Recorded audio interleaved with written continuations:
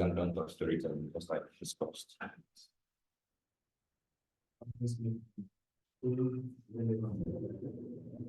It's something as much as this. Okay. Because don't use more than 2 or 3 words on or on the same story, so that your audience will not lose interest. This is word we said, and we don't use more than 2 or 3 stories. Okay. In the same. The same story, so that your audience will not lose interest. Okay. Yes. Are you closing your face? Are you in a class? Okay. Those of us online, can you hear me? If you are online and you are one of those people that said you prefer the class to be physical, raise your hand.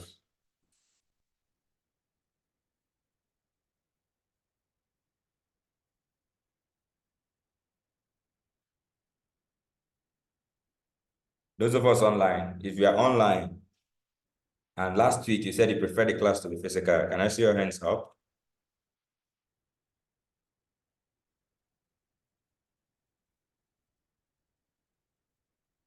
Ibrahim says some of us couldn't make it. Okay.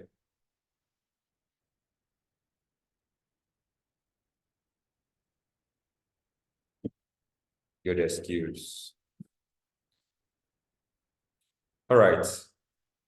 So last week we discussed extensively about stories, how stories are important in public speaking, how stories are used for a variety of purposes, how speakers use stories to connect to a particular audience, how they use stories to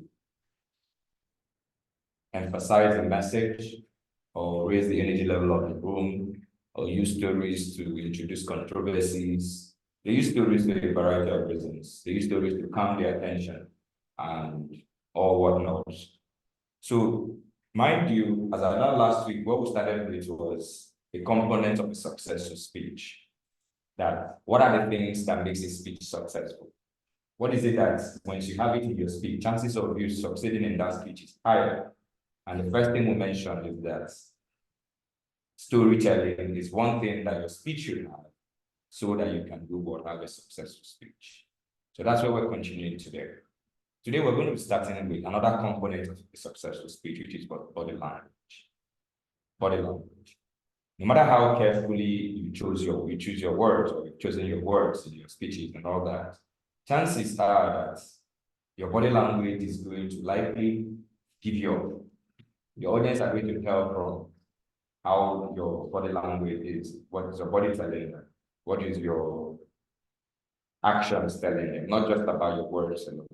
Because someone can be saying something, but especially in an African context or in the context of what's the word, investigation or criminology sort of, they said that when a speaker or when somebody is asked a question and the person is not looking at you, chances are that the person is lying. So the same thing also applies in public speaking. So when an audience look at you, observe you as a speaker, chances are that they're trying to build a connection with you. They want to understand what is it that you're saying. Are you honest? Are you even sure of what you're saying? You know, because when you're making a speech, it's not just about the words you say. What is it that your actions is telling the audience? Because if I'm talking to an audience and then I'm bending my face and I'm talking ahead, so we're here to talk to you about, the audience will feel that some of them will misunderstand what I'm saying. Some will think I'm lying, while some will think I'm too shy, or some will think I'm not very sure what I'm saying. So in order for you not to have that kind of an audience that are not certain as to what is it that you're really saying, what is it that what you're saying, what does it mean really, and all that. That's why you have to wear the appropriate body language. So that's why I would say that for every public speaking engagement, there are things that you must have, or there are things that has to be present in the speaking engagement so that you'll be able to have a successful speech. That's what we refer to them as well, the components of successful speech. All right. So there are some points to consider when it comes to body language. One of them is posture. So we'll talk about posture. We're talking about the way you're standing. There are people who are standing and they stand and bend like this. Or some people who are resting because there's a stage, they will rest on the stage. That's wrong in public speaking. You understand? You're supposed to stand up, face your audience at all times, no slouching shoulder. For example, I usually show a picture here. I don't project it, but if you can look at these two, there's this image here. This image. These are two different persons. You can see this person that is this person that is this way. If these two persons are speakers, or where you go for a presentation, who do you think people want to maybe pay attention to more? This person. Yes. People are going to pay more attention to this person than this person. So your posture is important in public speaking. You have to be able to face your audience at every point in time. So another reason why posture is important is that you wouldn't want your audience to think that you're not sure of what you're saying. Especially if there are people who, when they are speaking, they do like this, they stand this way. So they carry all their weight and rest on one foot.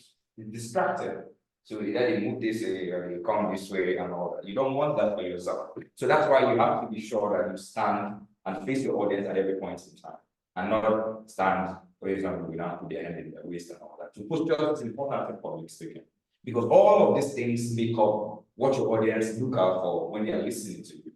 So they listen to you based on what the things you're saying, and not just the things you're saying, but the things your body is telling them and all that. So that's how we talk about posture as part of the body language to consider in public speaking. All right. Another thing to consider when we talk about body language is the placement of what?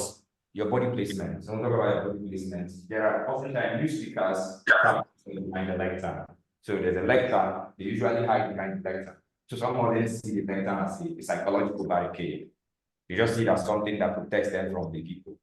So that's why when you usually tell speakers, look at your audience, they say, yeah, they beat me raw. What is that? They will not beat you.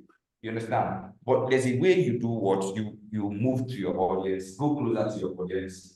Always learn to do what lead the lecture. From time to time, there's a lecture, but from time to time, move away from it. Move close to your audience. A transition towards your audience. What it tells your audience is that they can trust you. Like if there's a central aisle, for example, and the people are sitting on this side, it's always good to move towards where your audience are, not just sitting or staying at the podium till the end of the presentation. It's as if you're hiding from them, it's as if you're running away from them. Also, we're talking about trust when it comes to movements, public speaking, and managing the stage. I've never been to a presentation where a speaker is talking and they don't look sorry. The speaker comes close to you, rests his hand on your shoulder. How do you feel as an audience? General. How do you feel?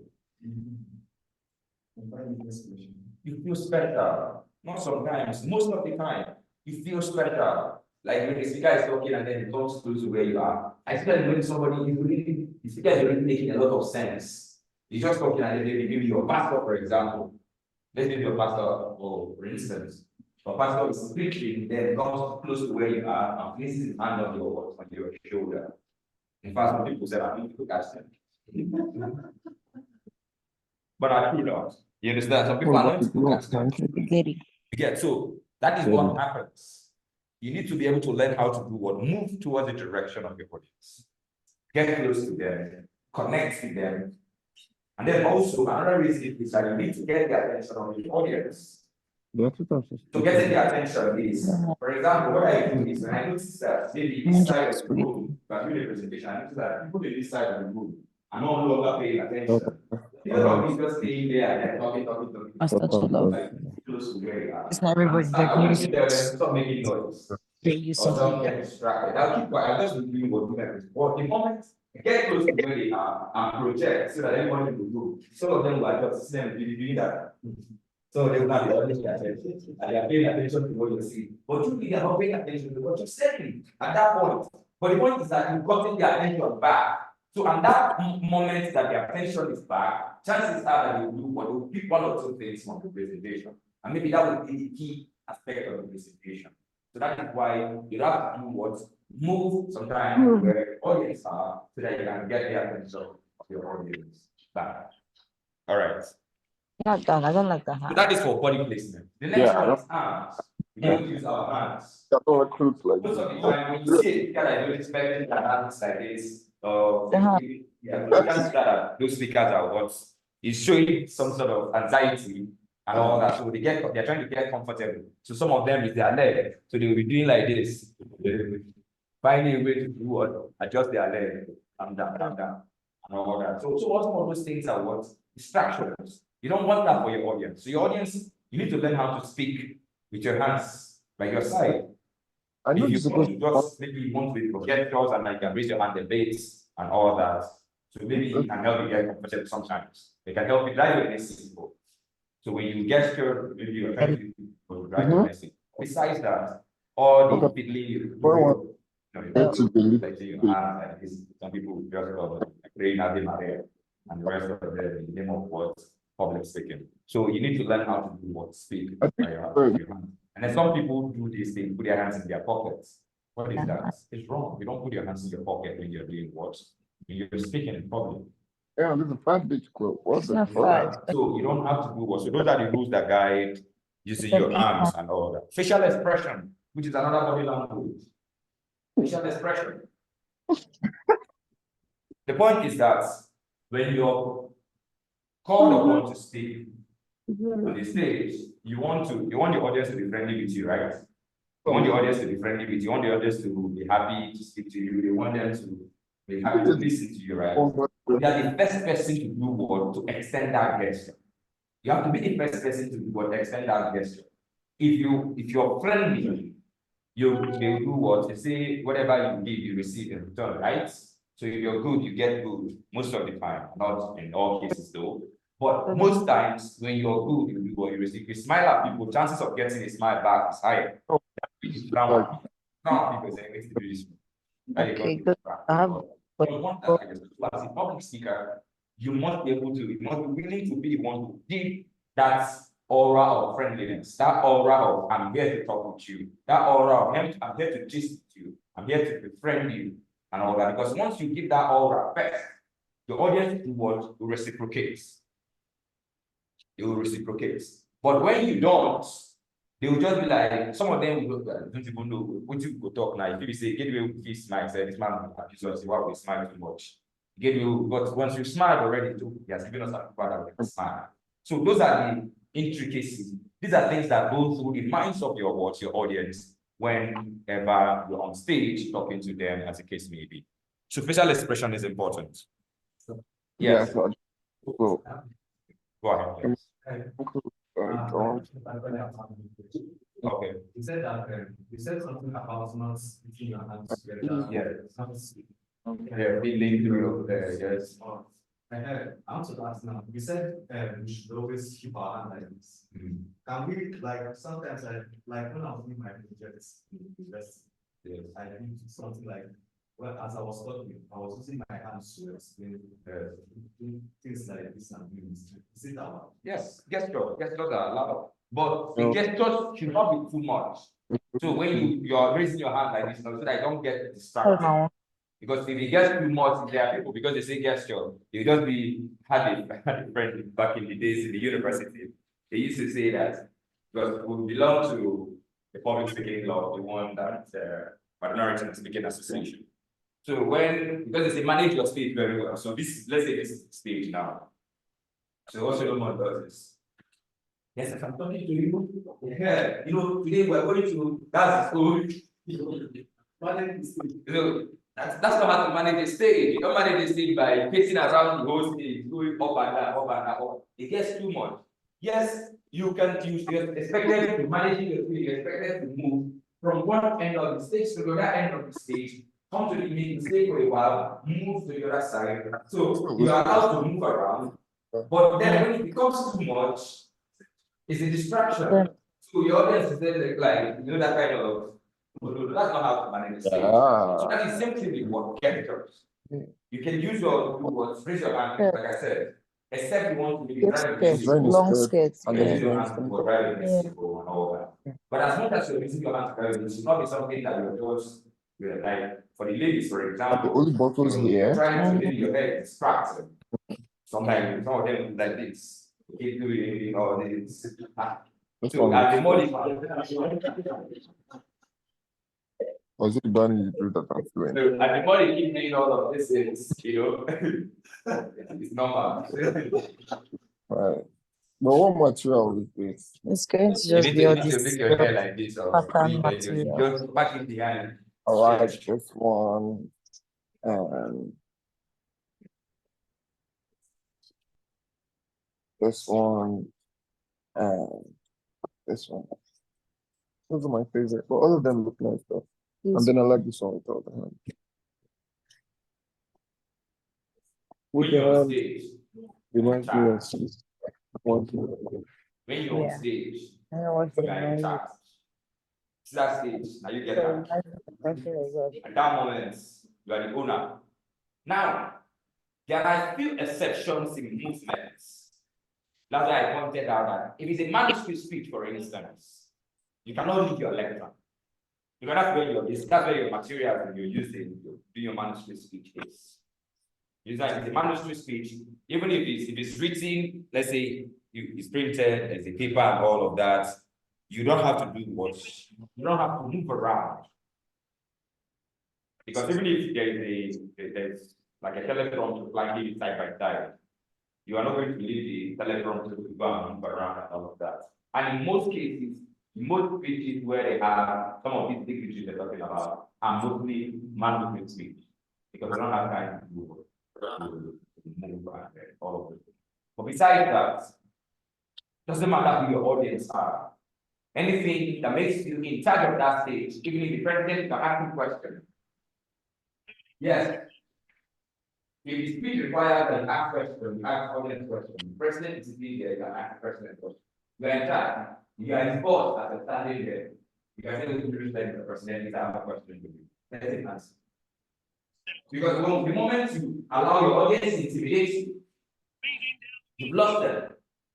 You can't do anything anymore. So you don't allow. So and that's one of the things that always impacts speakers a lot. Because they tend to believe that the audience is better than them.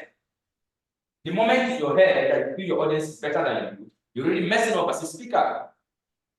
Now, we're not saying that you should belittle your audience or you should look down on your audience or become condescending. No. But what we're saying is that the confidence of your thought processes of what you're teaching your audience should be paramount.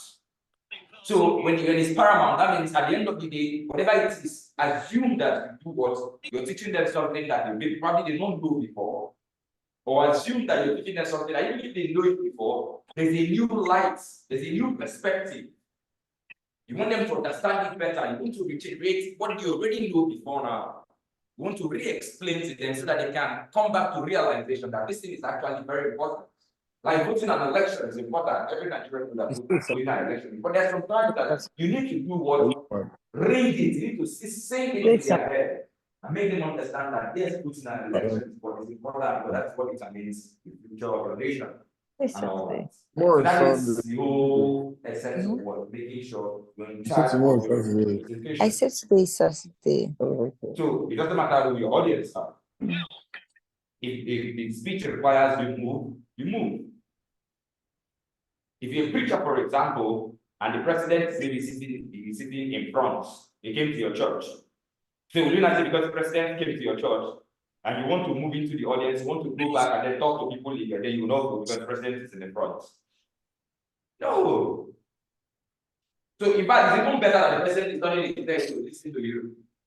It shows that you're in charge. It's better So than this is the because what best you're thing. saying is making a lot of sense. He's turning to there to go and listen to You remember very this? well and all that. It's following you. Hey, What you're doing is that remember you're cutting attention at all costs.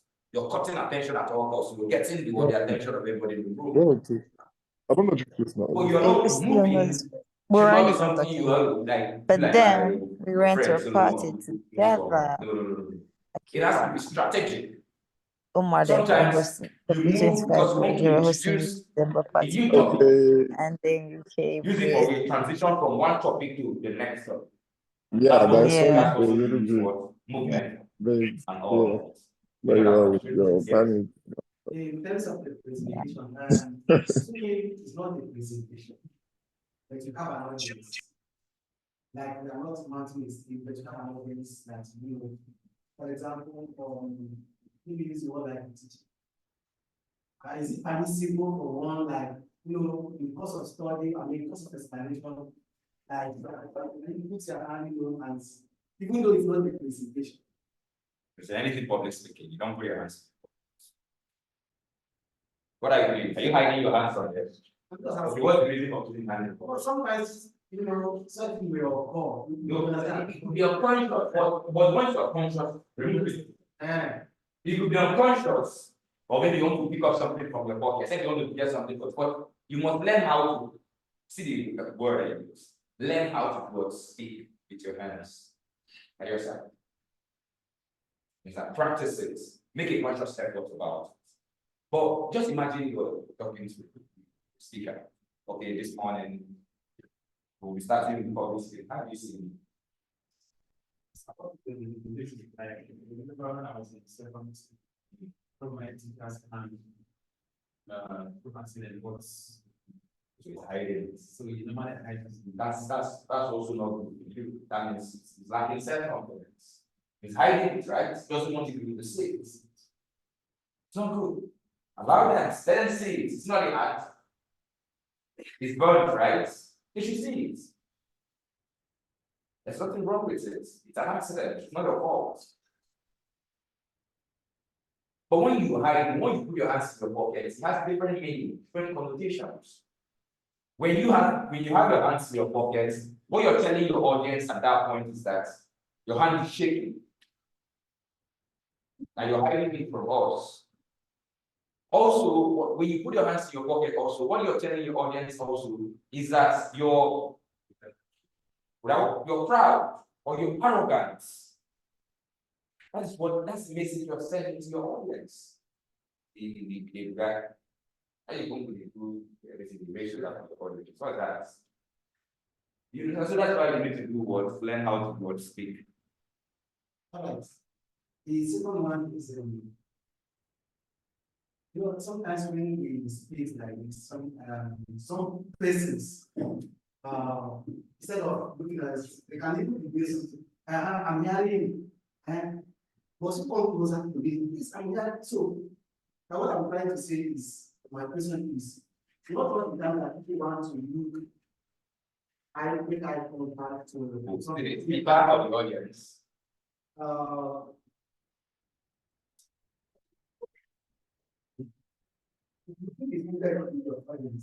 Okay, speaker, you don't have any option. You must look at your audience. But in the process, maybe some response or their response is that I'm hearing you not some reason. I'm hearing not even if you do something. I said, okay, I'm hearing you. Well, The person is not hearing you. And someone is not looking at you.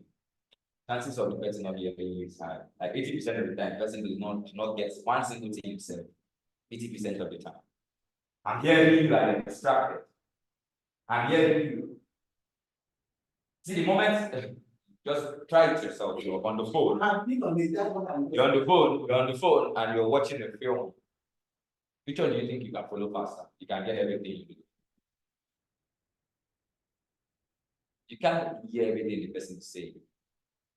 Listening requires attention. So when your audience tells you, I'm hearing you, and they are distracted, maybe they are searching for something. I hear you, it's a lie. They don't hear us. Even if they hear, maybe it's just your voice that they are hearing. The voice that is echoing, talking. But if you ask them to say everything you said, you miss it. Sometimes you meet like what's the and if where you are talking to them. Well, the problem is that you want your boss to look at you while you're speaking. It's not possible now. But if you do the presentation, he will look at you. Now, we're not teaching you how to be a listener or audience. We're teaching you how to be the one people are listening to, public speaking. We're saying, as a public speaker, you must learn how to look at your audience. Pay attention to another reason for looking at the audience is that you need to be somebody that is very observant. You're not observant as a speaker, you cannot do a good job as a speaker. and being observant to that. What is the body language of the audience telling you? Because sometimes what the audience will be like, the way the audience is looking at it, their attention is off the mark. So when you look at it, that's when you get to know that, okay, this thing I said, you know, really, there are people who made a face when I said it. Either you repeat it or you explain so that your audience do not get the wrong message. That is why it's important to observe. But when you are not looking at the audience, how do you know who made a face? How do you know? So besides the fact that you need your audience to want to build a connection with your audience, it's also important for you to get to know how is the different words I said in the speech, what impact does it have on the audience? So are they smiling? Okay, I said this thing, did it make them smile? If it made them smile, that means it's a little bit funny. So I think I can repeat it in my next presentation. As a speaker, you must be super observant. And observation comes from seeing, looking. So that is how you do what you get to do what observe. But as an audience, you can't really force an audience to look at you. You can't tell anyone, look at me. It's not possible. It is that they choose whether to look at you or not to look at you. But if you are interested, they will look at you. In fact, there are some bosses that you are saying what you're saying, they just I'm listening to you. But the moment you say something very important, you turn. Say something that you know what it is, you turn. I say, okay, yes, you have my attention now. Can I hear it? Well, I can say what you want to say. You say everything because if you use what you're saying is what's important at that point. You have any other question? All right. So facial expression talks about what? Building a connection with your audience. Like we said, eye contact is important. Observation, looking at the audience. What is their expression saying? What is the expression communicating to you as a speaker? Because it will help you to do what. There's a way you do what. There's something you say and you just not hear it. And if you look at maybe there are 10 of them in the room and 5 or 4 not their head, like in affirmative and all of that, it shows that okay, they are getting it, you know, that kind of thing. And that's how you will get better. You get to connect more with your audience. All right.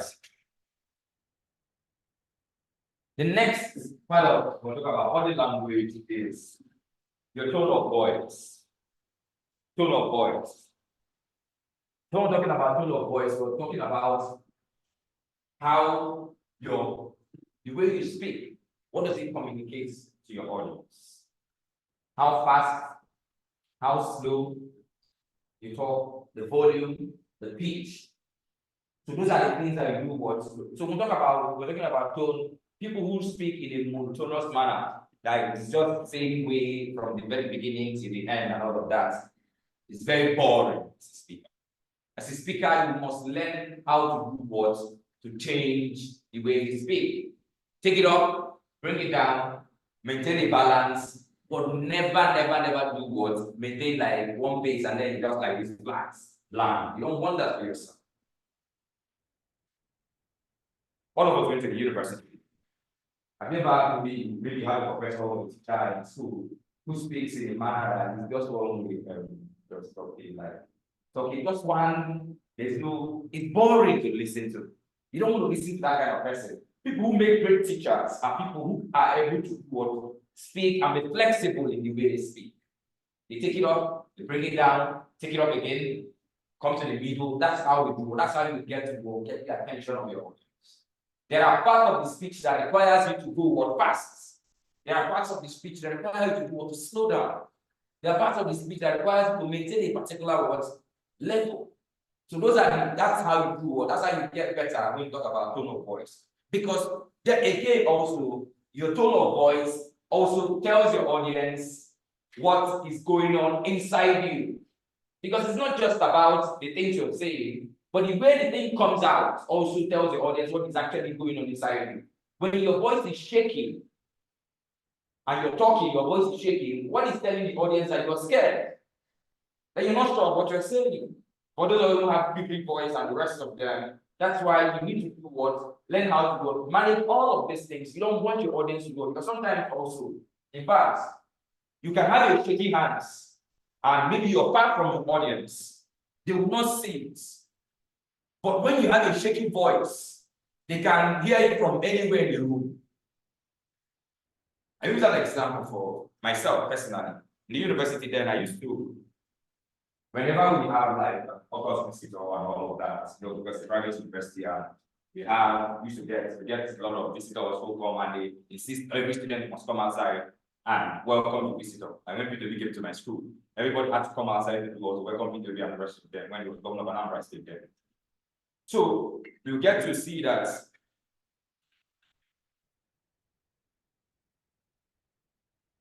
So you get to see that everybody comes out. So whenever we have some of those August visitors, there's always the students that does the welcome address. And most of the time I do the welcome address. So from my 200 level to final year, most of the welcome address I do them. So when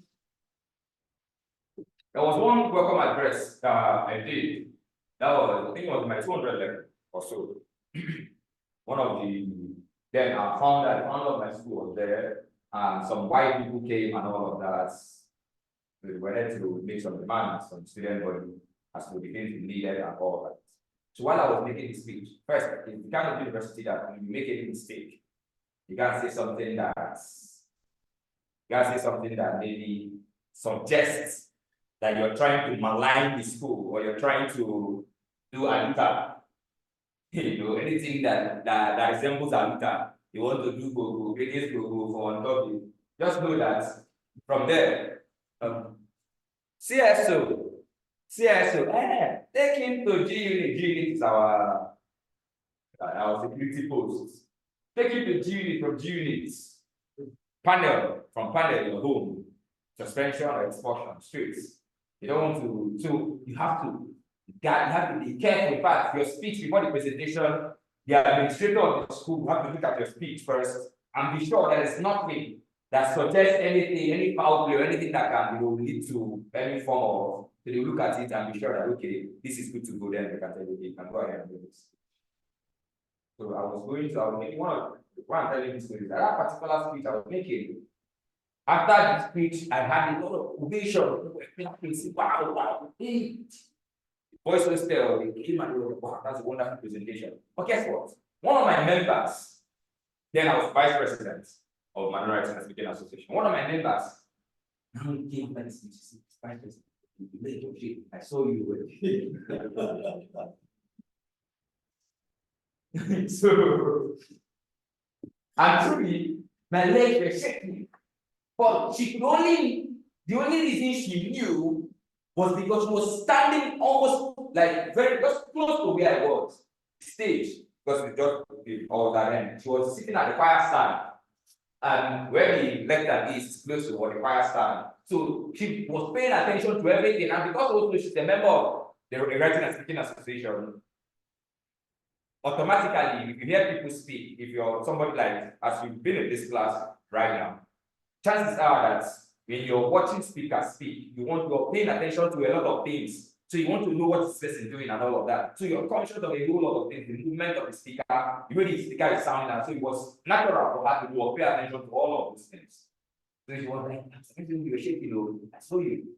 Yes, nobody in the entire audience, people were sitting, because it was the large auditorium. People were sitting very far from me and all of that. The ovation was too much, like, because my voice was like rock. You will not hear one single, but I was scared deep down. When I mean I was scared like my body just had the vice chancellor, all of them, the owner of the school.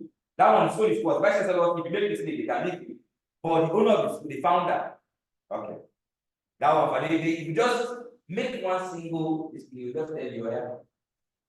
His own is A and MM. So that's the word, it's A and MM. So there's nobody that's going to if you want to bring it back, they have to come and PC. That's the only way you can come back. And then your parents are spending millions of naira. So you don't have to do what. So you have to be careful what you say and all that. So that was what happened with the speech. So why am I saying this? It is better your voice is rock solid. Your audience will not sense any form of what anxiety from your voice because of the way you're sounding. It's even better, it's better they do what? It's better they see you, maybe. It's better your leg shakes, especially when the audience assistant is very far, than them getting any sense that your voice is shaking and all that. Because it's not good for you eventually. All right.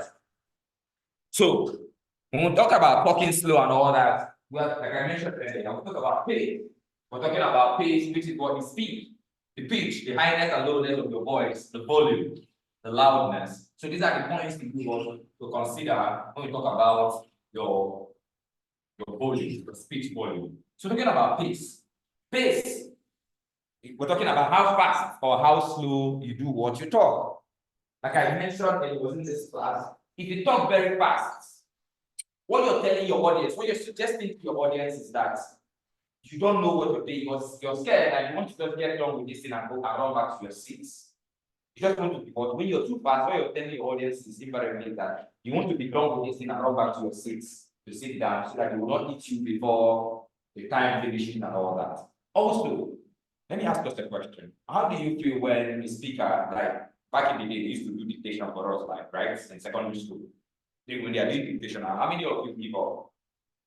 How many of you, when you don't write, get to a point to say, I'll collect notes from the next person.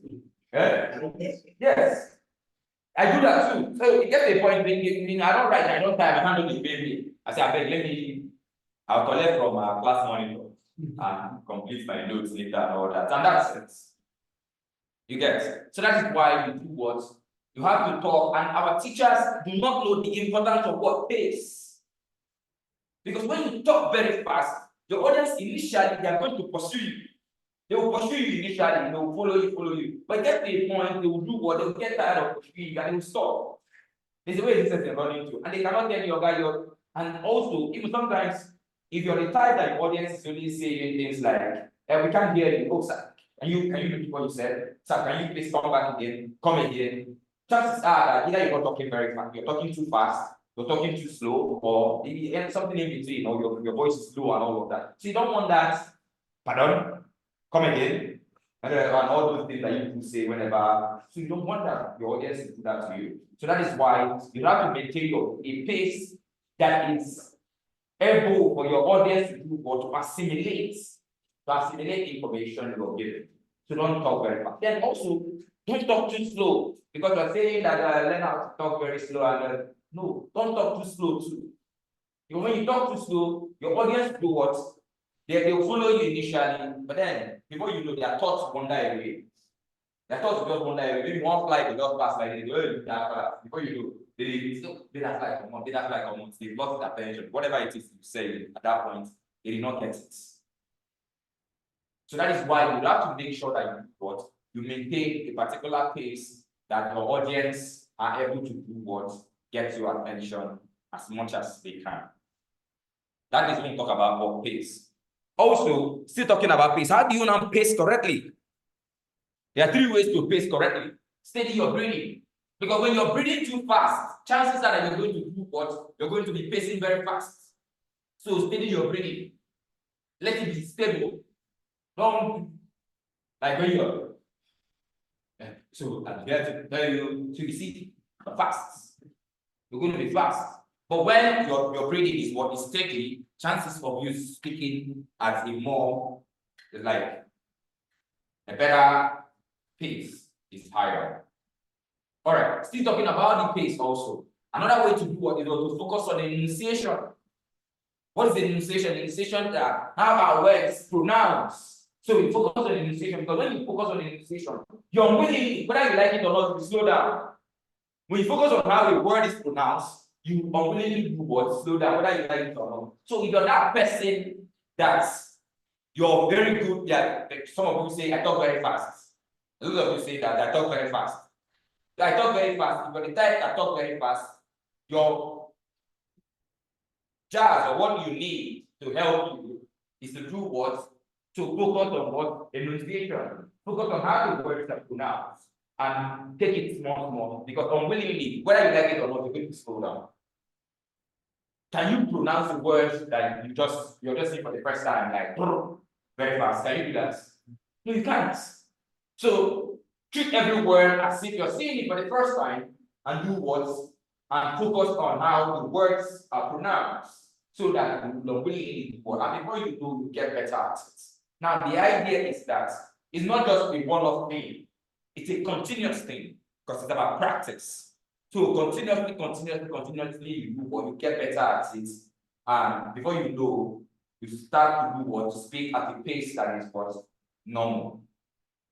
Because ideally, they said that research said that the ideal way to speak is with 7 minutes. So that means about 3,000 words. So you're supposed to do about 140 to 150 words per minute. So if you have 7 minutes, you're going to do about 3,000 words, so 3,000 something words. So if you have this, you're expected to do words per minute, you're expected to do 140 to 150 words per minute. So you can do what, time yourself.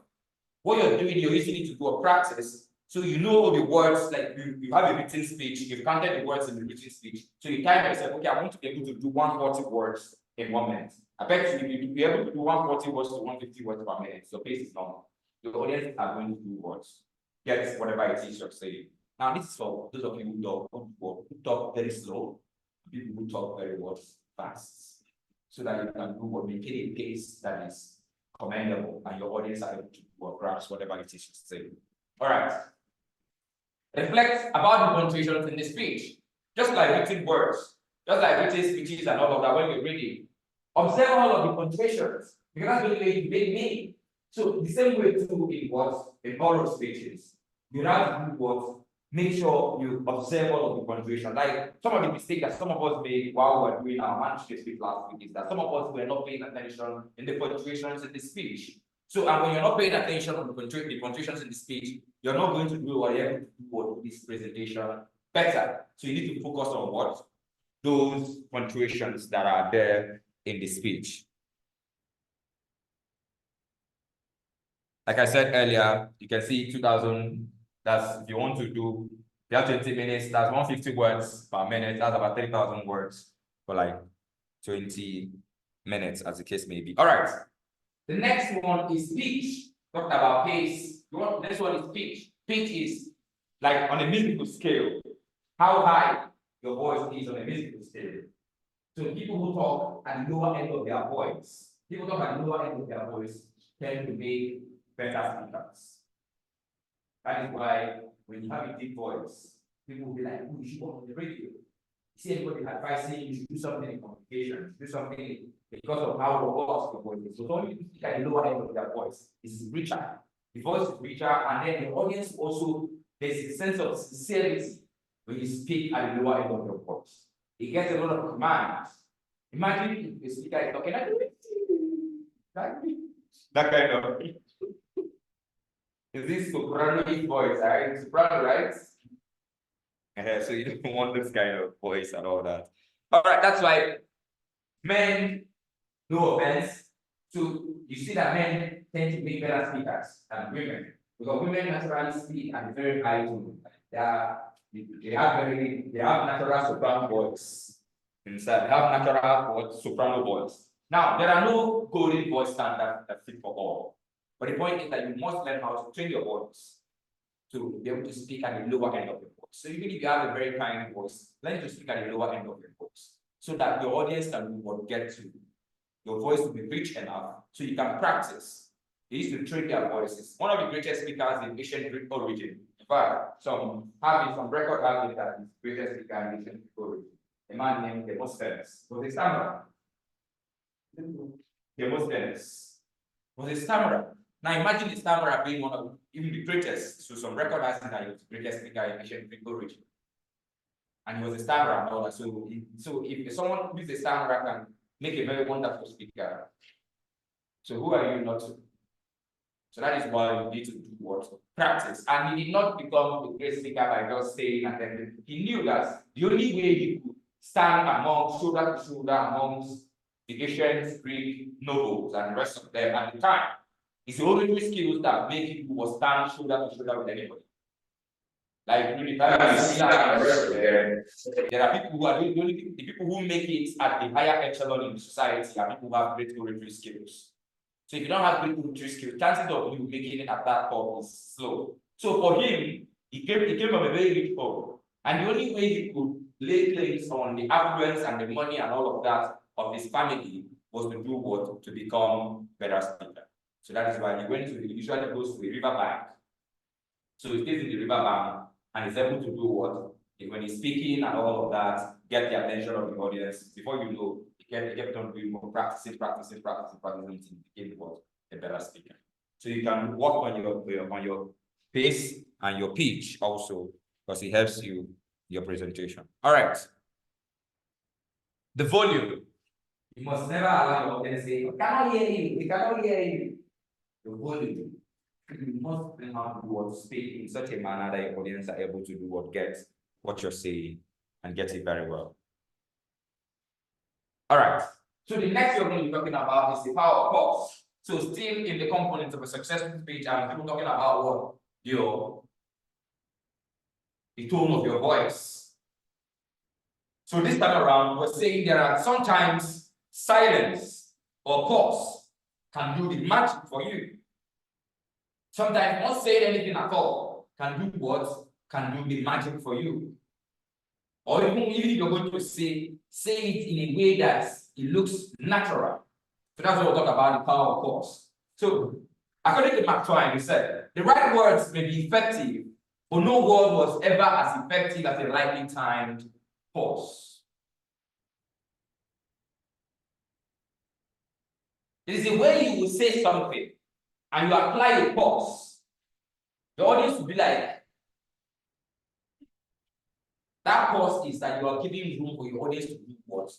To get, to assimilate, to sink in whatever it is you're saying. So pauses are used for a variety of reasons or purposes. Imagine you see a speaker who walks on stage and the first thing he did when he was invited on stage is to stand and look at everybody. Just looking at everybody for like 2 minutes. How would you see that speaker? If you are in the audience, what are you going to say? Everything is set. The speakers are ready, like the microphone, everything is okay. Then the speaker walks on stage and he's looking at everybody. He's looking at everybody for like 2 minutes. If you were making noise in that room, will you continue making noise? You will make noise. If you're just with your friend, keep quiet. That's how you read it. This guy now, make one ask us be harassed. The questions. So you ask a question that I don't know, you want to finish them. So when you do that, when you keep quiet and look at them, what you're doing is that you're getting that's an attention grab. You're getting their attention. Then the first thing you now organize is a punchline. Some of them will be pushed to do. Speaking is an art. Public speaking is what? It's an art. It's like a movie. It draws you to tears. It makes you to laugh. So that's what public speaking is about. So when you see public speaking like that, you know that for everything you're doing, there should be some sort of an action that accompanies it. An action that maybe suggests something. You want the audience to laugh, you want them to smile, you want them to cry, and all of those things. And it's from the way you behave. You want them to be excited. It is from the way you do what you behave. Because there are people you see in movies, you get excited watching them. You want to keep watching. So even when you miss, you want to go to somewhere, maybe you took the light and you really rush into that on your generator so that you can continue and not miss that part of it. That's what public speaking is about. Audience do not want to miss out all of those information you're giving because of the way you do or the way you present the speech. So that is why you have to do what make a presentation in form of an act, entertaining, so your audience can do what? Follow you as much as you should be able to do what? Give them all of the things that they need. All right. So we're talking about pause. Accomplished speakers are aware of this. They know that pause is powerful. So what do they use pauses to do? Accomplished speakers use pause to raise the impact of a remark. So when something is important, when they say something like, for example, this man uses it a lot. Apostle Joshua Selman, there's something he will say. You listen to me. So when he says that, you keep quiet. Everybody in the room like, before you know it, say, preach on father, preach on daddy, I've been waiting in the other day used to call it. Right on papa, that kind of thing. So that right on papa and all of that, it is because he understood the importance of saying something and keeping quiet, so that the audience can do what to sing, so that they can do what sing better, so that they can understand it. You want to use it to raise the impact of that remark. That speaker kept quiet on purpose, so that you can do what and understand that that particular thing he said is powerful. So some people who do not have pen, go and look for pen and write it down, because it's a quote that they want to refer back to. It's public. It's an art. All right. What do they do? What do they use buses to do? Also, they use buses to preach ideas, just like your regular food stop, and then you move to the next one. To preach ideas. That's what they use buses to do. They also use buses to underline the last thing that was said. Just like raising the impact of a remark, the same thing happens when they use buses to do what, to underline the last thing that was said. Are we following? All right. Also, they use buses to create anticipation. So when Papa has done that, has said something and you hear things like, right on Papa, everybody is waiting for the next thing that Papa will say.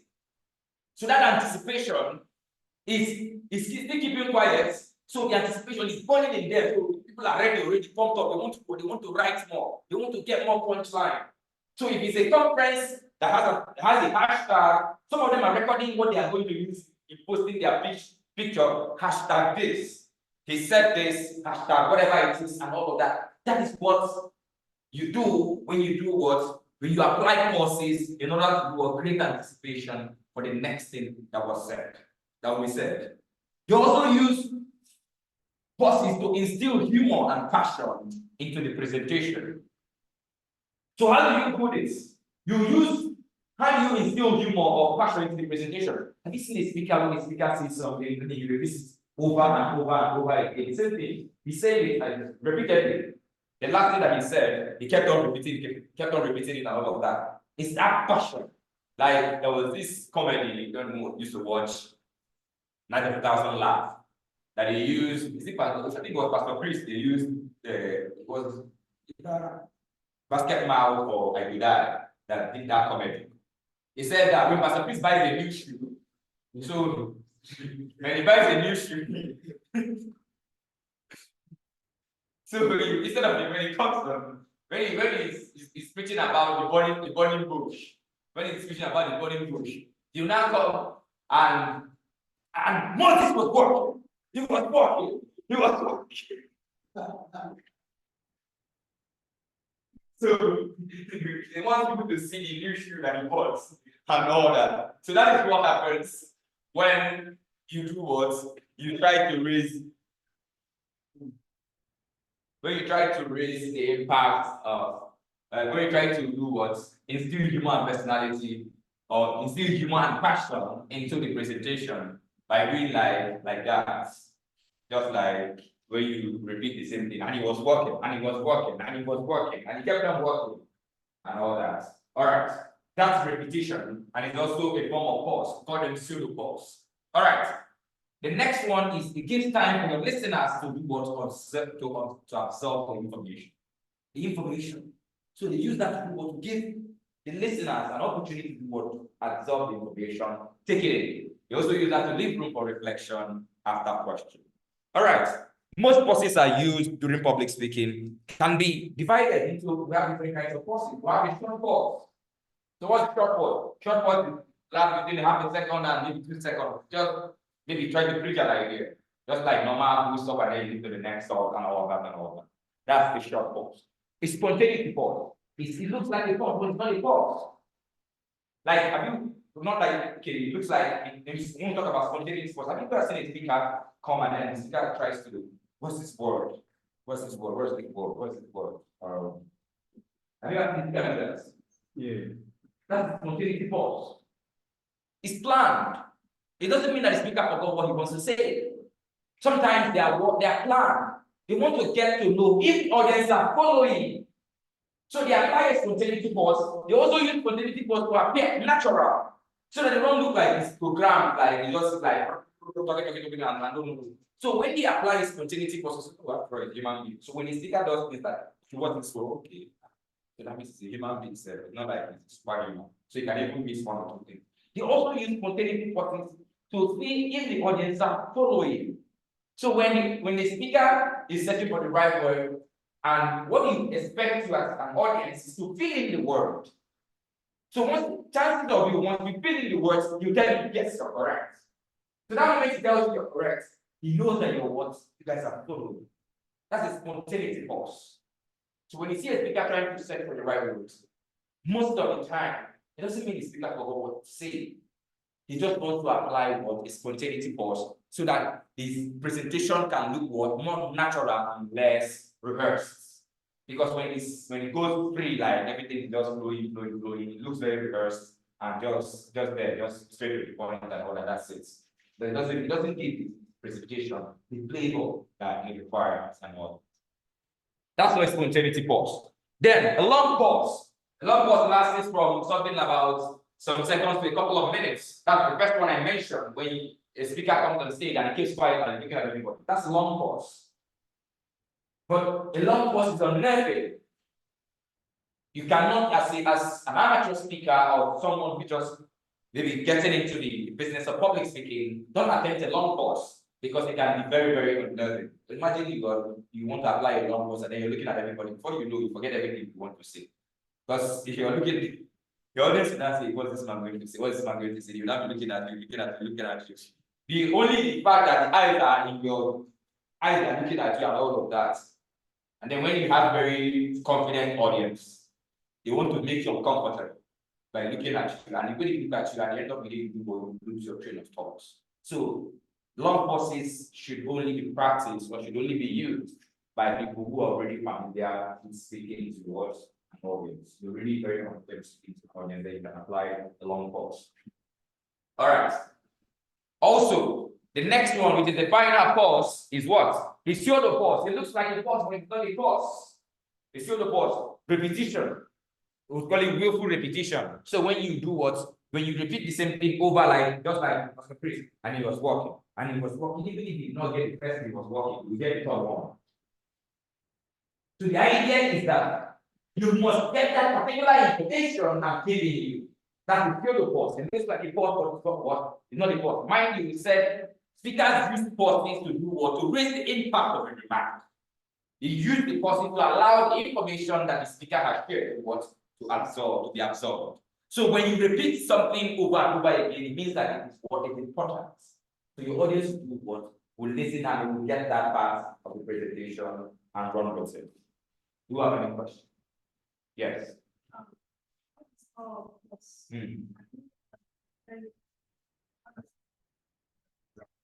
Manuscripts. Apply in manuscript. Yes, pauses are applied in manuscript because there are parts of the speech where you get to a point in your speech. Now, it depends on how you wrote your manuscript also. You know, if you wrote your manuscript, there's a part of the manuscript that is saying, okay, at this point in the manuscript, I want to keep quiet and look at everything. So once you get to that point of the manuscript, like what I said, it was 2017, 2018, 2019. Democratic Day speech of Buhari, I think it was 2018. That it was 2018, 2019. Democracy speech, Democracy Day speech of Buhari, when he said that we're going to leave 100 million Nigerians out of poverty in 10 years. That part of the speech, if I were a speechwriter, what I would do is I would have to put that part first. It has to go up, and then secondly, also, he needs to apply a long pause in that part of the speech. Because that's a lofty dream. Lifting 100 million Nigerians out of poverty in 10 years. That's a lofty dream. So it's something that's just like when a country is setting an agenda for themselves. So that's part of an agenda setting. It means that you want everybody to key into it. Because if everybody believe that truly you can actually lift 100 million poverty in 10 years, they will key into it. So what are the government doing about it? What are those things that we can do as citizens to participate in lifting 100 million Nigerians out of poverty? So what I said was that if I was a speech writer, at that point I would say, sir, you need to keep quiet, you need to do a long course. So you can apply a course in what? In your manuscript speech. But it's not all kinds of what course. You can't go to manuscript speech and you apply what. It's spontaneity what course. So you have to be so you can use maybe a short course, a long course can apply. But not a pseudo course or spontaneity course. Any other question? All right.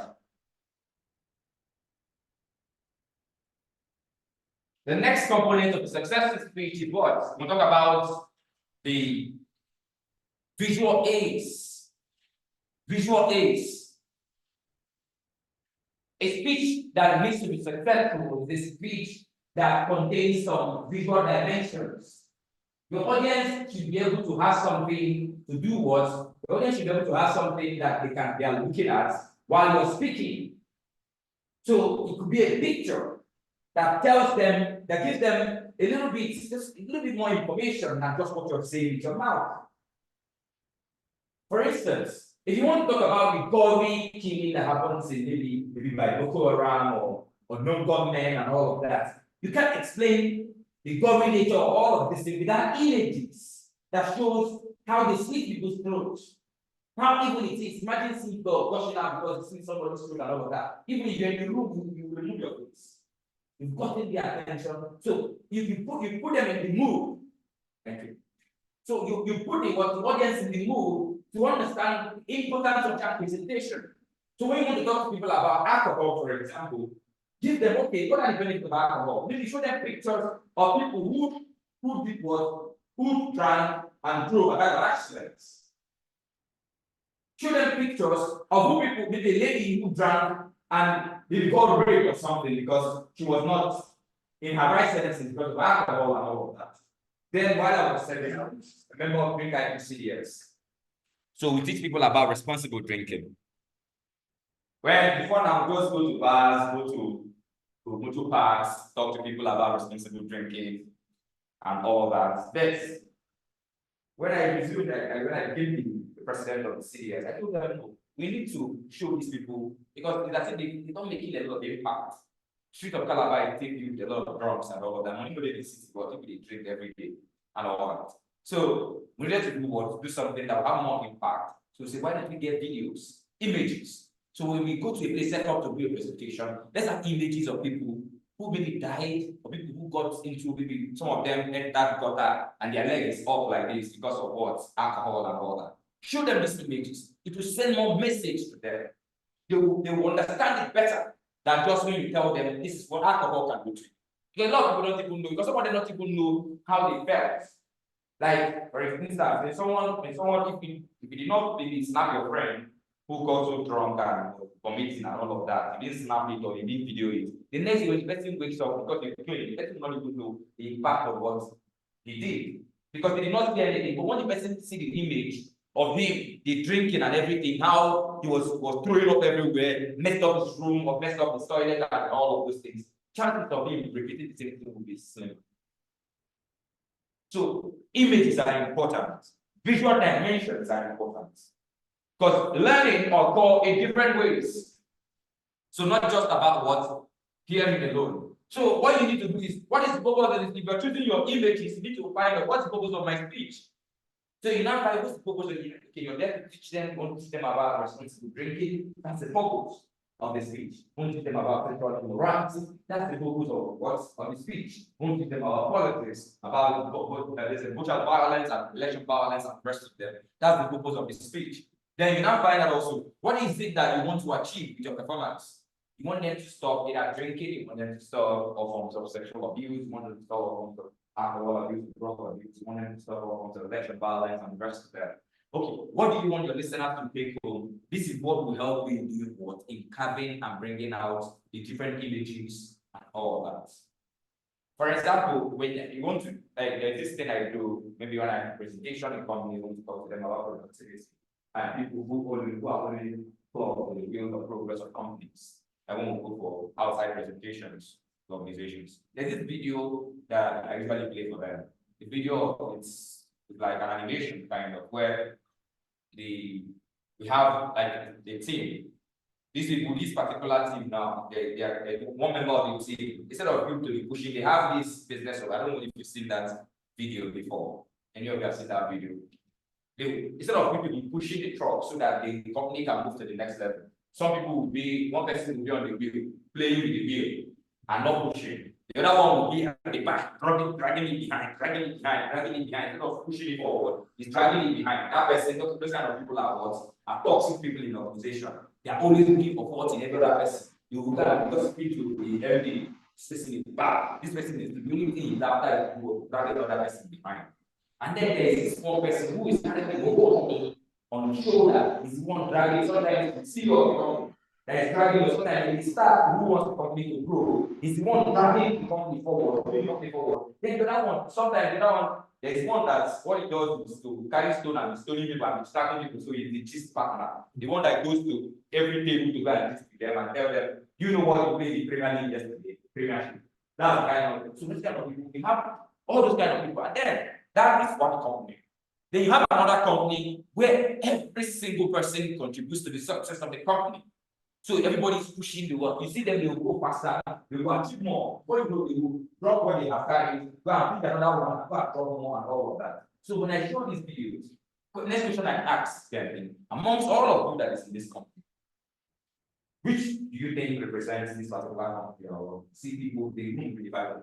Some people will be like, hey, we are the ones, all of us work together. And this one, that company that is running faster and all of this, is running faster and all that. Then the other people will be like, if this one happened to us because we get people with the gossip partners. We get people with the drag, with the very toxic, that is always dragging everybody behind. We get people to do this one, get people to do that. So once they are divided, then we'll now finish the video. If the ending part of the video is now the part where that leader, that team leader who is carrying everything on his head, comes down and either fires that guy that's dragging everybody behind, or the caution that person that is playing with the wheel to sit up, and if everybody sits up and all of that, they can move the company forward. That's how it works. Now, when I use that image, or when I use that video to explain something to them, it tells them the importance of what the impact of every single team member in the organization. You understand it better because it's something that they are familiar with. It's something they know. They know that there are people in the company who are very toxic, who are always dragging people behind. They know that there are people like that. So they will always make sure that they are now observing. After it, you say, so you start seeing them, like, because when we train a company, we from time to time we visit them to see how are they doing and all of that. So you find that, okay, they'll start using words like, you know that person that is always dragging. So you see them making example with that particular video. They probably have forgotten everything we taught them, but they did not forget that video because the video is glaring. It has a lot of lessons to be learned. It has a lot of things that people can learn from and all of. That's what visual dimension does for you in presentation. So you must learn how to do or use visual aids in your presentation.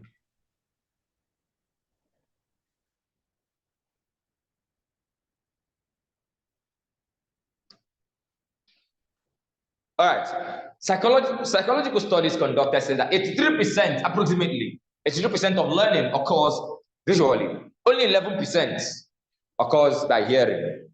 Now imagine if 83% of all the things that people take is from what they are seeing. So why don't you do what? Make sure you have something that people can be looking at. So when we're talking about visual aids, we're not just talking about your slide, your PowerPoint slides alone. The materials, your handouts. That is why your lecturers do what? After teaching you, they hand over handouts, they give you handouts to go home with. Because you hear the things the lecturer has said. When you go home, sometimes, once you read the handouts, you get to do or remember everything the lecturer has said. So it brings back the memory. You understand it better. That is multiple layers of learning. So you get to know all of these things better. That's why you see visual dimensions are very important in your presentation. So you must do learn how to use or include visual dimensions. All right. After all the analysis, when it talks about hearing and all of that, we've come to the conclusion that multiple understanding helps to do what? Multiple understanding of the message. So people can understand it both from what they heard and what they have seen. It also helps retention level, just like those people who will now be referring to themselves. Yeah, that one that is always on the wheel, playing with the wheel. Yeah, that one that is always stealing people and distracting them. Yeah, that one that is always dragging people behind. Because it helps them retain what those valuable information. That's what visual aids does. Like if you talk to somebody about consumption of alcohol, that you need to consume alcohol in a moderate manner so that the person doesn't abuse it and all that, the person probably will hear you very well. But chances of the person practicing it is slower than when the person has seen videos, evidences, has seen it, what alcohol can do to people. So the only thing the person, once the person wants to drink alcohol, the image that you show will come to the person's head. That image will do what? Will tell the person, you won't make that in that film where you watch, that film where you watch, you won't make it happen to you. Calm yourself. So the person will do what will come back to realization. It also helps the audience to organize complex ideas. So there are complex ideas like numbers, for instance. Numbers are very complex ideas, or maybe organogram, for example. When there are no images to do or to show organogram, you can't say, hey, Mr. A, you are reporting to this, Mr. B, Mr. B, you are reporting to C, you are doing this one, you're just saying it verbally. You can say it verbally, you can get it very correctly. The CEO is here, after the CEO, the B and the CEO will just be by the side, and then the CEO, the assistant. After the decision, you see the operation manager, you see the head of marketing, you see this one, you see this one, and all that. You can explain all of these things. But the moment the audience are not seeing it, they will not even know where they are placed in the organogram. So those are complex ideas. They are not things that they can just picture in their head and put in their head already. No, you need to put it in such a way that they can see it. So when they see it, they hear, okay, this is where this person is, this person is placed and all that. They are able to know their place. So when the people who are in these lower rungs of the ladder, they will know where they are in the organogram. So it gives them the idea that they can also grow. They can see the trace of, okay, from here I can move to this place, I get to this point, I can get to this point, I get to this one, maybe get to the point of becoming the CEO of the company as this. Complex ideas. Numbers are also complex ideas or complex information. Like we were talking about billions or trillions of naira, you're going to be talking about in numbers. Some people might not be able to get all the information, but when it's in a graph, it's okay. In year 2020, we grew like this at this level. There's a graph that shows the way you guys grew. Then 2023, it went up like this. 2024, it went down. 2025, it went up again. Automatically, what you did, you see that it's as simple as you don't need to, because if, for example, what the gap is in 2020, we made 1 billion. In 2021, we made 1,100,000. In 2023, we made 1,200,000. See that very little this infraction. So nobody is able to keep all of those exact information, the numbers. But once you put up a graph that gives them, okay, in 2025, it is higher. Automatically, what they need to know is, okay, what did we do in 2025 that made this higher? That's the only thing they're interested in, because it has made it easy for them. The complex ideas or complex informations of having to get all the numbers and all of that correct is no longer there, because they're already seeing that, okay, 2025 we did better. So what did we do in 2025 that made us perform better, as the case may be? All right. They also use this to do what? Yes, to do illustrate sequence of events, like PowerPoint slides. PowerPoint slides help to your sequence of events, page 1 to 2 to 3, so people will see how it's, it moves and all that. It also helps you to allow speakers to add humor and create excitement. So if the image you presented is maybe funny and all of that, maybe you can add a little bit of humor in your presentation, and your audience can get to do or learn 1 or 2 things and laugh. All right. So what are these visual aids? These visual aids we talk about is what flip charts. We know what a flip chart is, right? We know what the flip chart is, right? The flip chart is, have you seen like a board where there is a heap of paper that the speaker just wants to write something on it, he flips to the other side, he flips to that's a flip chart. So that's one visual aids that you can use. When you don't have a projector, you can use the flip chart. So you take moments maybe in the night and all of that to write everything you need, all the illustrations, the drawing you need to draw, the things you need to write on the board for your audience to follow you so that they can see. Because sometimes you need to solve equations while you're teaching. Sometimes you need to do you need to draw maybe an image while you're explaining to your audience. Or maybe you you pre-drew the image before you came for the presentation, as the case may be, depending on how ever you want it. That's what the flip chart does for you. The next one is overhead projector. Overhead projector, that is this. Is overhead what? Is overhead projector. How many of us know how to set up a projector here? How many of us know how to set up a projector?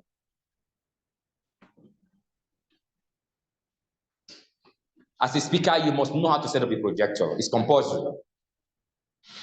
As a speaker, 21st century speaker, you must learn how to set up a projector. Because there are sometimes you do what? You have a presentation and there's nobody there who is technically savvy. You are the only one that can save yourself, else you mess your presentation up. So you need to come through. So that is why you must learn how to do what? To set up what? The projector as a speaker. So we're just going to ordinary, it's not part of our curriculum, but it's just to add it to you so that you can at least get something that you've taken home, that okay, you now know how to set up. Okay, this is a projector. Now this is a projector. Projector works with a lot of components. So the components the projector works with is one. What is this called? What is this called? Cord, yes. It's power cable. Yes, this is a power cable. What is this called? HDMI? Yeah. This is VGA. This is VGA. Okay. Do you have an extra HDMI? Okay. Now this is HDMI. This is HDMI. This is HDMI. This is what? VGA. Now HDMI and VGA have the same responsibility. They perform what? The same task. So this can go for this. Because there are some computers that have, the only thing they have is computers that have VGA ports. So if your laptop has a VGA port, you use what? The VGA. Your computer has an HDMI port, you use what? You use the HDMI.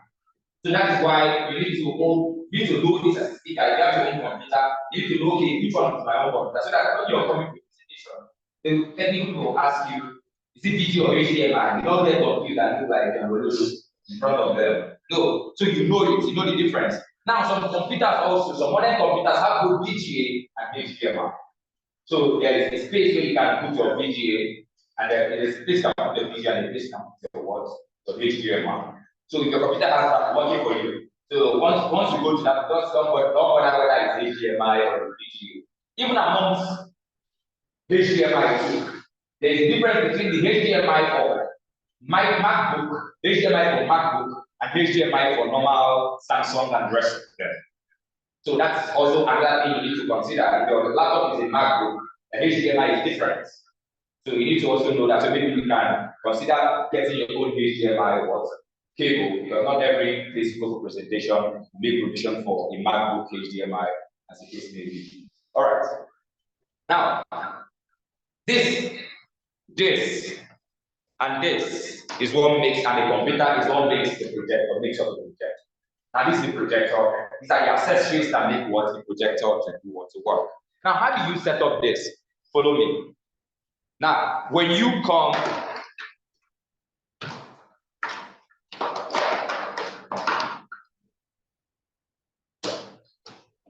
so first thing you need to do is to plug the power cable. That's the first thing. Plug the power cable and look for a power source and do what? And plug it. So once you plug the power source, one light will come up. Now this light, does it mean it's on? No, it's not on yet. So you need to look for the power button and do what you press. In this case, it turns green. Once it turns green, sometimes it might turn green and nothing will show up. But for you to be certain that it's up already, you look at it, you see the rays, you see that there is rays. Maybe you look at this place like this and see some rays.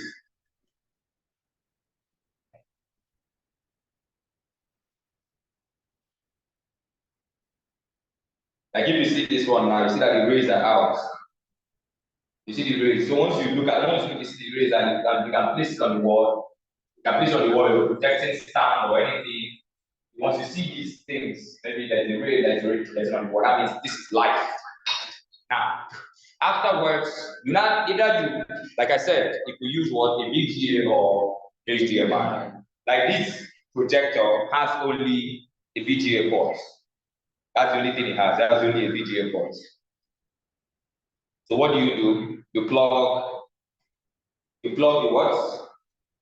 So you look for, because the two ends you can work both ways. So either this or the other side. So you look for a place where you can fit in the projector and you plug it. Once you plug it, you look for a place you can fit in on your computer, and you also do what? Plug it. Like in this case now, let's see. This computer has both HDMI. This computer has both HDMI and what? VGA port. So in this case, I just plug.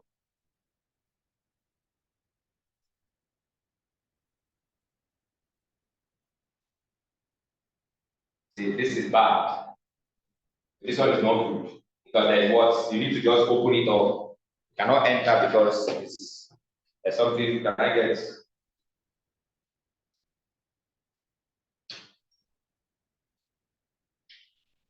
Now, if you don't know how to use all of these things, you don't try. And you know what is able to work, you only come like that. But when you know how it looks like, it helps you to do what? Okay.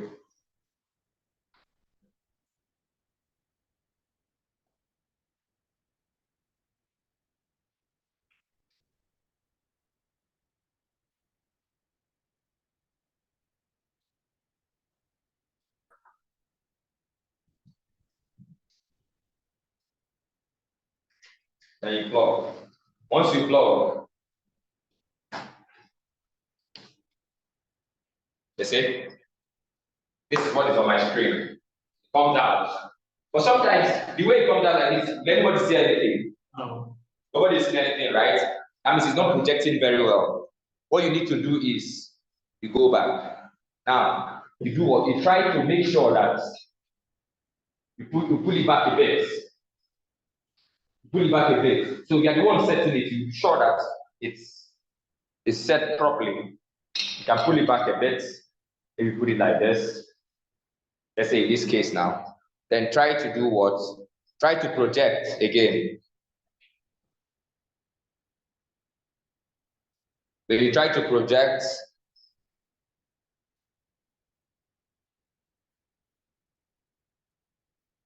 it comes out.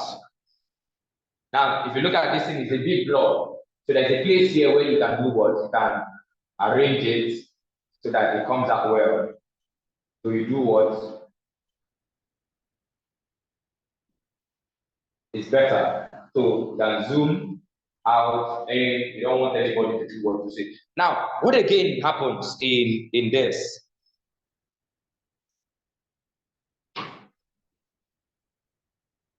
In your computer, sometimes you can plug this and it doesn't project immediately because either it's on extend, so it can be on what? On extend, it can be on duplicate, it can be on second screen, or it can be on PC screen only. So how do you know where it is? So what you do, shortcut is on your computer, you press Shift Windows P. Shift Windows P. Press it together. Once you press it together, it brings out these options for you. The option it brings out PC only, duplicate, that's on your computer screen, extend, or second screen only. If it's on extend, if you put it on duplicate, that means people can see, as you can see now, you see the way it's everywhere. These are the things that are showing on your screen. So, but once you put it on extend, nothing will be showing here. It's only be showing where you don't want anybody to see what is on your screen. You just be blank like this. You can put it on, if you put it on second screen only. Even on second screen, you don't want anything to show on your computer. You want it to show on the second screen. Second screen is this one now. So that's what we're showing here now. We're showing on the second screen.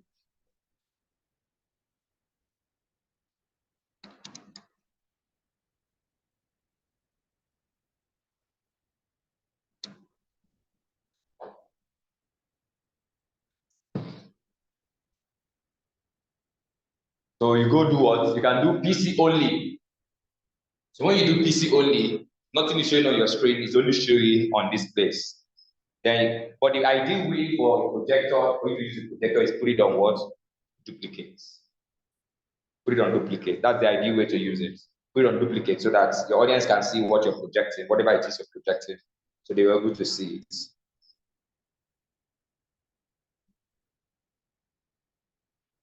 That's how it should be. So when you put it on duplicate, it comes out like this. Do you have any question?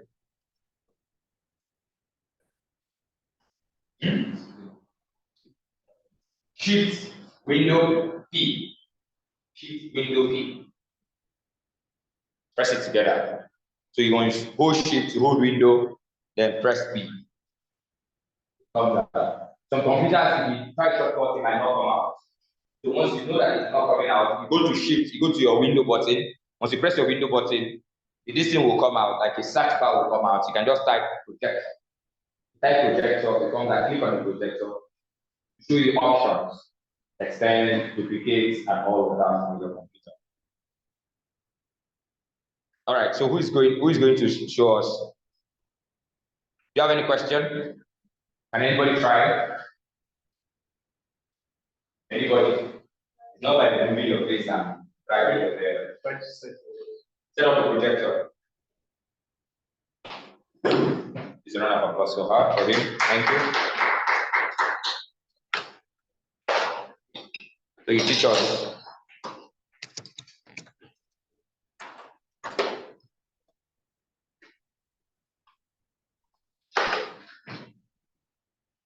You're not saying anything. You need to show us what you're doing. So I need to talk. Yes.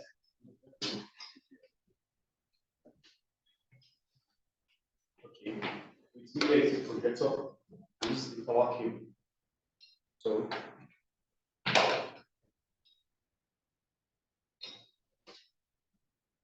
first thing to do, you plug the power cable to the power source.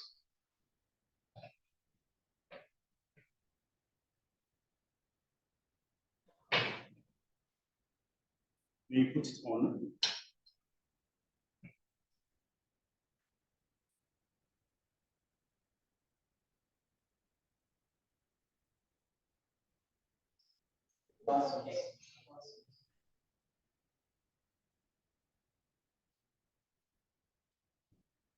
Okay, then you see a separate.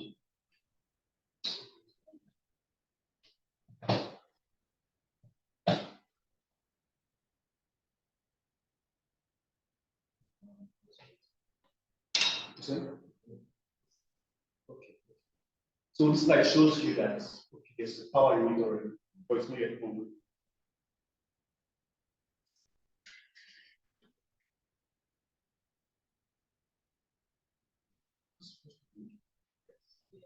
Okay.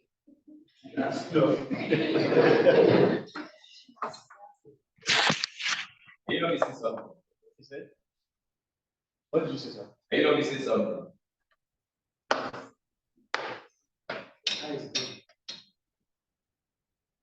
Are you seeing?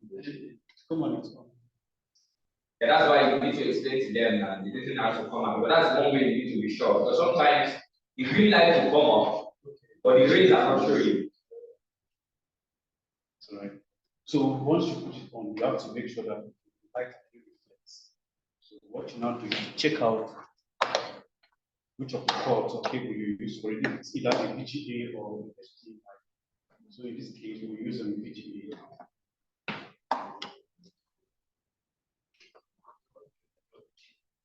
That's your assignment.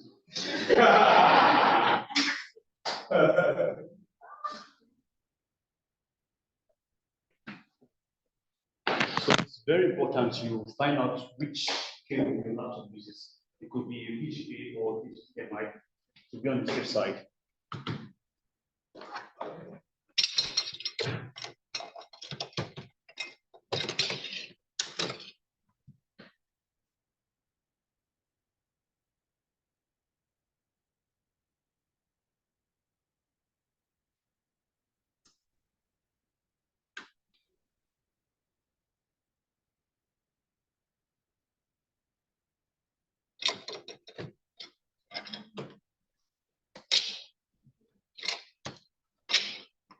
And again, it's very important to get the position right, so your audience will see whatever it is you're about to teach them.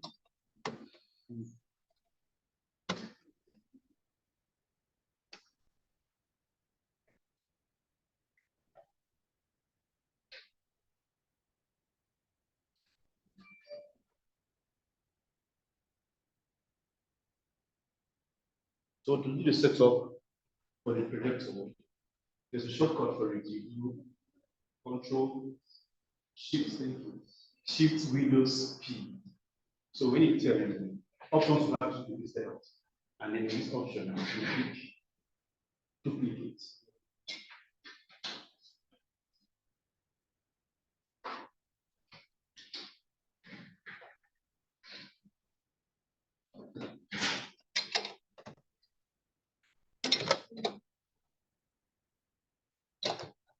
So there's some cases where it actually appear very, very big. So you have to adjust it on the projector to make it bold.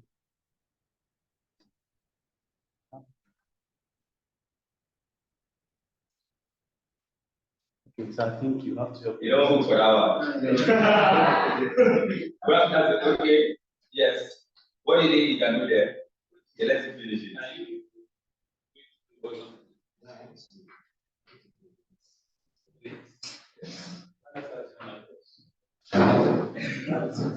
Let him assist, let's see. But you're doing very well. It's around the applause for it. To make it clear, this to zoom, this place we're moving is to either zoom in or zoom out. But to make it clear, there is a you can just run it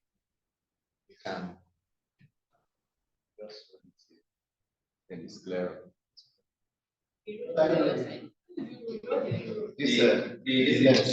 The lens. And the lens. So why is it still like this? It's supposed to be able to project, not the zoom. Why is it like this? Now it's like this because the plane is projected. So when you see that this thing is this way, you escape. Press this ESC button, escape. Or you end your slideshow.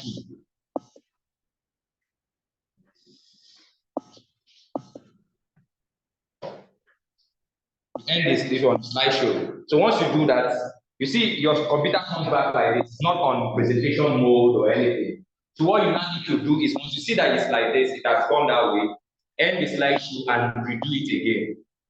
So you come to this place and start the slideshow. Once you start the slideshow, it comes out like this. Escape. Take it back. Then there is a place in your PowerPoint, the PowerPoint itself, that you see this place now. There is an icon here that shows slideshow. Are you seeing the icon here? There's an icon below here, slideshow. So you click on that icon, slideshow. Once you click on it, it comes to presentation mode. So the projector can do what can come out bolder and all that. This place only comes when you see that it's blurry, then you can use the word, not the zooming and all. Once you see it that way that it was before, is to end the slideshow and review this in start it all over again. Can you use the projector to go between slides? Go between slides. No, it has to be with your computer. Or if there's, except maybe there's some modern projectors. There's some modern projectors that you can plug your pointer. You can plug your pointer on it. If you plug your pointer, you can control. Like that's one that is for business presentation. Modern projector. You don't even need a computer for project. You have a flash drive. Once you just plug it on the projector, you can use it to do your presentation. All right. Thank you very much. It's a round of applause for him. All right. So that is it for how to set up a projector. Should we continue like this or should we move? All right. Let's move. That is for what? Slideshows. Slideshows, overhead projector. Then slideshows are what? Like your PowerPoint. Yeah, no problem. Your PowerPoint what? Your PowerPoint presentation. How many of us know how to set up a PowerPoint or to do a PowerPoint? Long, you know how to do it. Long, you know how to, you know how to do it. You know how to do it. You know how to do, you know how to do, you know how to do, you know how to do it. You know? You know? All right. So please, I use God beg you. If you don't know, man, I use God beg you. There are 3 IT skills. You don't have any other IT skills. Nobody's going to do anything. That's the UX design and the rest of it. Job markets. You must know how to use PowerPoint, Excel, and Word. PowerPoint, Excel, and Word. And then finally, Outlook. Outlook. You must know how to use Outlook. Microsoft Outlook. Because most of the company mails, you get a job, they give you a company mail. Their mails are not usually Gmail. Usually mails that are attached to your the company websites. So you must, and you cannot host it on your regular Gmail, and it has to be hosted on Outlook, on Microsoft Outlook. And you must know how to do what, use all of this thing, because those are part of the interview they are going to do. This is part of the question they're going to ask you in interviews. So for some of you will just go write it boldly in your CV. Computer skill, advanced computer skill. You can use advanced computer skill, but please, they're not going to tell you, yeah, add formula or this on Excel. You open mouth and be looking at everybody. Or your boss will be like, oh, you're not using, okay, please, prepare my slide. I have a presentation, prepare the slide. On your first day at work, it has happened to me before. Yes, on your first day at work, prepare my slide. Now, I have a presentation in social place. Prepare my slide. I'll send you all the materials you need. Maybe your boss has lifted all the materials for the slide and send it to you. It's in your mail. Prepare my slide, then you open your mouth because you don't know how to do or prepare a slide. Please. Outlook. Microsoft Outlook. Please learn how to do what? Use these 4 IT skills. They are important. 4. You must not be an expert, like 100% expert, but let it be that you have a working knowledge of it. Because it's with time, you get used to it. You get used to it with time. It's gradually you do what? You get used to it until you perfect it. But at least for starters, you should know how to use this. Now, for the benefit of this class, your final assessment for public speaking, you must prepare what? A PowerPoint slide. It's compulsory. So you must have your what? Any topic of your choice. I said it on the first in our first class. Any topic of your choice. Prepare what? A PowerPoint slide on any topic of your choice. Is it? No, they will give you the instructions when it's time for the assessment. They'll give you the instructions. But you have a limited time, right? There's a limited time. So the instructions will be sent to you during the assessment. So, but you must know how to do what? Prepare what? A PowerPoint slide. Like what I'm using for this class is what? Is a PowerPoint slide. Do not go and do Microsoft Word. We usually see people come and they say, bring your presentation. Is then they will then go and type very long speech and come and say it's their own presentation. No. PowerPoint. Use MS Word. Use copy from MS Word. And that is you. Now that's your yes, you can. That is your back end things that you're doing on your own now. But what I'm saying, your final product is what? We need a PowerPoint slide. That's the final what? Product. That is for your assessment. Do not say you don't know. I'm saying it now. Those of us online, take it. If you don't know how to use your if you don't know how to set up a PowerPoint, you don't know how to do what? To prepare a PowerPoint slide, please learn it. You can learn it on YouTube. It's easy to learn. It's like one of the easiest things to learn. Amongst all the Excel is the hardest. The easiest to learn. Word, all of us, I know everybody here knows how to use Microsoft Word now. Maybe you might not be as fast as to be typing and know how to use a QWERTY key and the rest of them, but at least you know how to be able to type. But most importantly, the PowerPoint slide is important. All right. So aside the slideshows, the props, we'll talk about the props, we're talking about the handouts. The handouts that you give out after the presentation. It helps your audience. They're usually very quick and inexpensive. Just something very small. After your presentation, have something, maybe written material, give your audience, let them munch on it when they get home. Maybe it is in the, like, that's why after this class, usually they send you what? The PowerPoints. This is my presentation so that you can go home. Whenever you feel, okay, you want to do something, you can go through it. Parts of, okay, I need to put stories. How do I add stories in my speech? You go to the part where there's storytelling and you will read up that part so that you can understand the do's and don'ts of storytelling.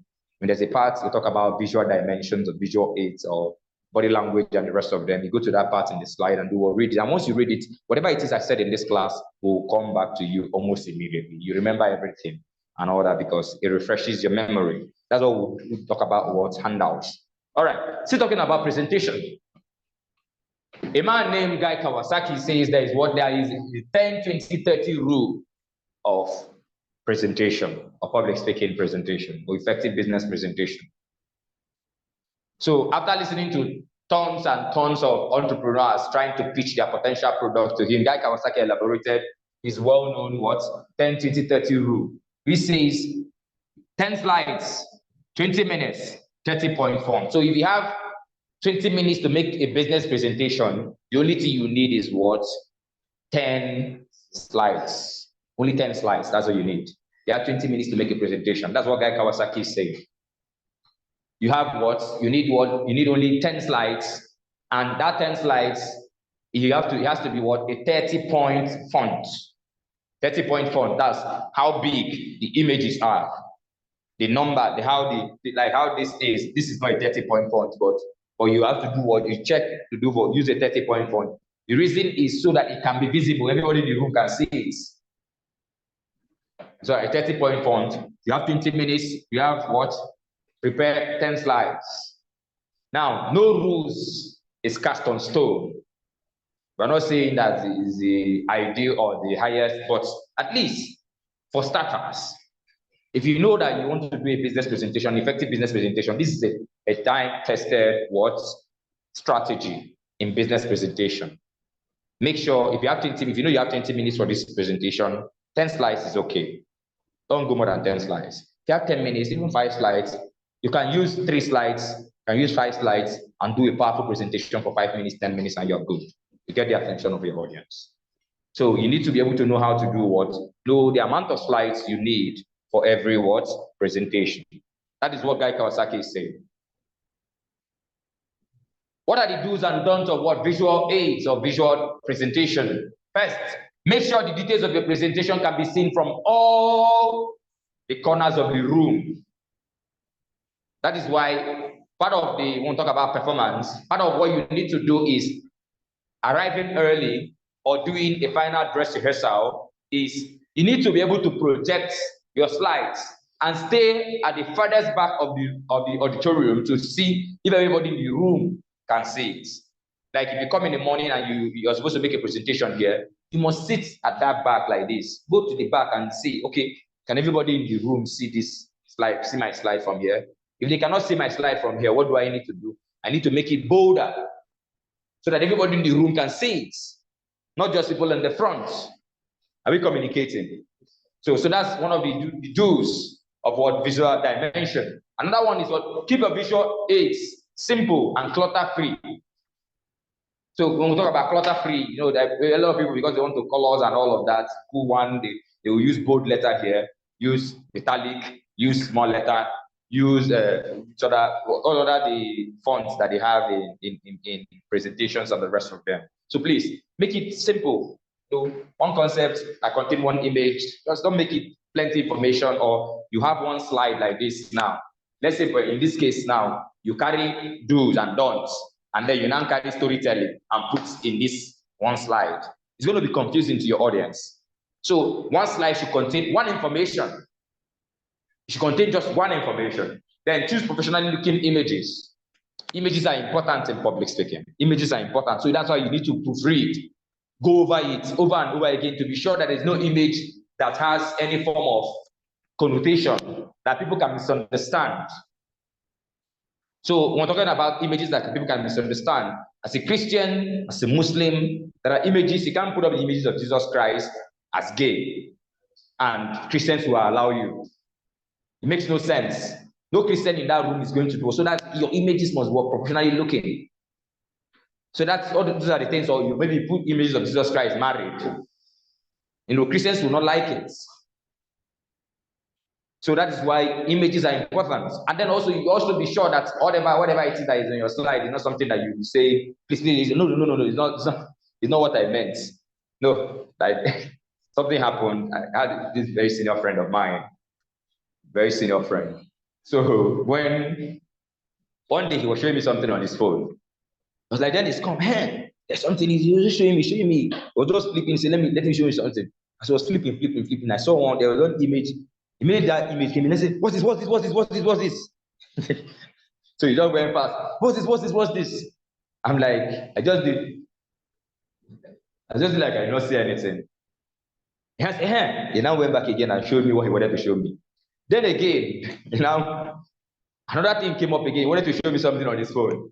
And I showed that, now flipping, and now another was, okay, what's this?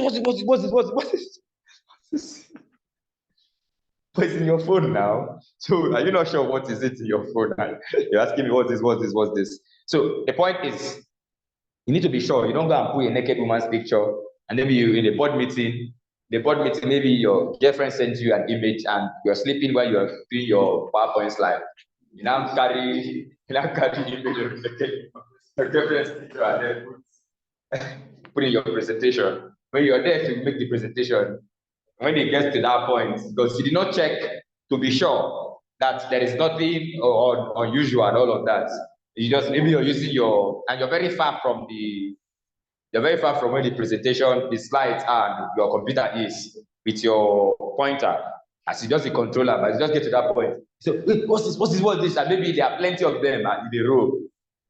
You embarrass yourself. So please, you don't want that for yourself. So that's why you have to be careful to be sure that you choose professional looking images, check for spelling mistake or poor quality image that have negative impact on your credibility and professionalism. Anything at all that has any impact on your professional, because when you go for a board meeting and of course you're making a presentation, an image of a naked woman as a man shows up, it shows that you're not professional, it shows that you don't know what you're talking, you don't know what you're doing. It's very embarrassing. You might ruin your professional chances for life. So that's why you need to be careful to check all of those things. All right. Select images or aids that are relevant to your audience. You need to select visual aids that are relevant to your audience. Like I said, just like storytelling, it has to be something relevant to your audience. You don't go and choose originally images or visual aids that your audience cannot relate to. They're not familiar with it. It's not something they can connect to because they've not experienced it before. So it has to be images that your audience can connect to, or they have similar experiences with it, as the case may be. Also, keep your visual aids brief. Do not spend too much time explaining them. Keep it very brief. Don't spend all the time in the world trying to explain your visual aids and all that. You don't want that for yourself. So that's why you need to be what? You need to make sure that you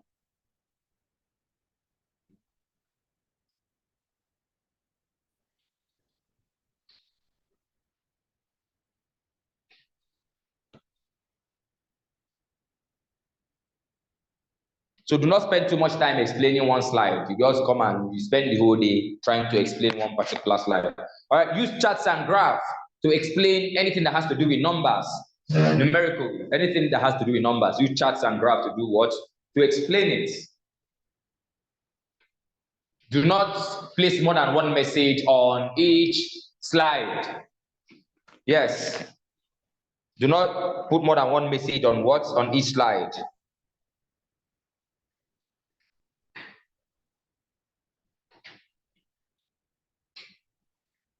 Also, use a laser pointer to do what? To direct the attention of the audience. We're talking about use a laser pointer. the laser pointer. If you want to maybe like say part of the graph, you want to explain, you can use a laser pointer. Let's say you want to explain obvious, you can use the laser pointer to circle what? Obvious. So that your audience can do what? Pay attention and see the obvious that part. So use it to what? Take the attention. If it's an image, you're explaining maybe a part of the human body. You want to explain the abdomen, you can maybe use the pointer to do what? To circle the abdomen, to explain every part of the abdomen as the case may be. Now, don't turn your back on your audience when explaining your visual aids. That's the don'ts. Do not turn your back on your audience while explaining your what? Visual aids. Face them all the time. Don't go and okay, make sure the details of your presentation are seen and you're backing your audience. You know, no. You don't want that. So ensure you do what? You make your visual aids. Do not turn your back at them to do what? To explain it. Do not read from your visual aids. So even if you must read from your visual aids, because your audience there's no point. Imagine if you come, they say make a presentation, you now be reading everything word for word. Do not turn your back on your audience when explaining your visual aids. Do not read from your visual aids. If the audience can read, what are you saying? What you're saying, there's no point in listening to the speech. Do not place more than one message on each slide. That is, reading word for word, line for line. And it's not a manuscript speech. So if you really want, even if you will read anything from your slide, just maybe read the first 3 words. Maybe do not turn once you just know that, okay, this is a part, because you've mastered it. You already know what's the next thing to them, you explain it. So even if you read it, ensure that you don't just read and explain extensively. Because the idea behind, when they say PowerPoint, how the person that taught me PowerPoint, my former boss, he said, the PowerPoint is what? Power. That means it comes with weight, beam.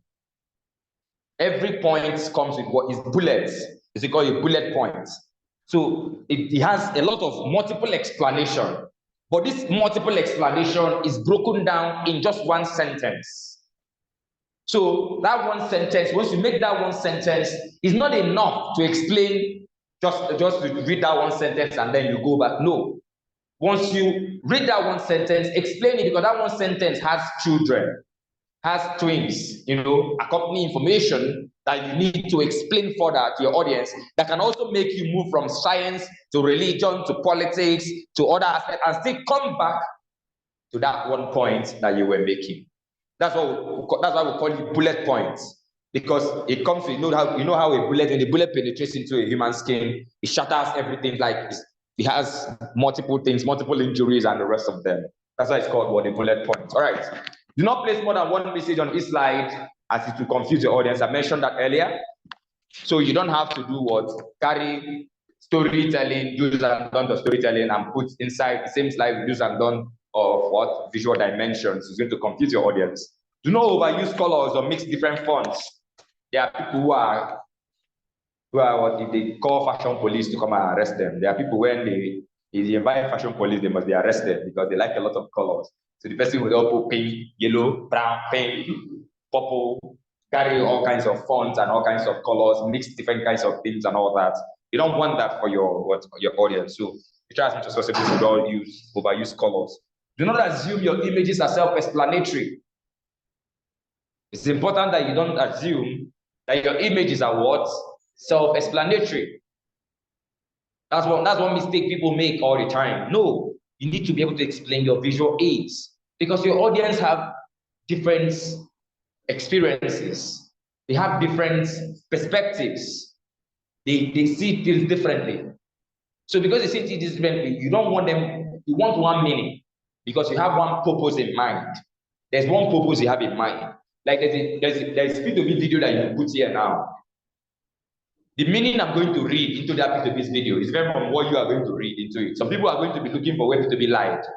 Some people are looking at a person that knows how to do statistics. Some people so different perspectives. But maybe me as a speaker that put up that video, maybe I have an image, I have something I have in mind. There's something I have in mind to explain using that video. So it is me that is expected to do what, to explain why I put up that video in that place. So ensure you do what, explain your visual, your aids and the rest of them. Another reason why you must have to explain is, I'd like to share that with a story. When the then governor of Enugu State, Chimaroke Namani, left office as governor after 8 years, he joined the political party. So there was this political party he joined. I think it's PPA or PP. I've forgotten that particular name of that particular political party. And the image. Okay, let me ask us. APC. What is the broom in APC? What does it signify? Unity. What do you think it signifies? Unity. What do you think it signifies? Unity. Yes. Okay. Bond. What again? You can't break them. What again? There are people. Okay. So you did not think that the image can be sweeping corruption out. You did not think that when Buhari came and there's broom that is about sweeping corruption out. You did not think of it like that. Huh? You can think of it. You can think of it that way: sweeping the house, cleaning the house, removing all kinds of evil and all of that. So it can mean different things. So except where they explained, okay, it means what? Unity. Yes, like you said, it means unity, bond, unbreakable. They cannot be broken. And one broom is all of us. It also means that it's all of us that is able to do or do the job of fixing Nigeria. It's all of us, because when we're together, we're able to sweep well. But when it's just me, it's just one. I cannot achieve anything. But when we're together, we're able to do more and all that. That's what the broom means. So he joined this political party, the then governor of Enugu State, Chimaroke Namani. And the political party, their logo, just like PDP's own, is umbrella, APC's broom, Labour Party is Mama, Papa, and Piki. That's a Labour Party. Then this particular party, their own is a pregnant woman that has a child, a little toddler that is carrying. There's one she's carrying on her back, and she's pregnant, and she has a basket full of food on her head.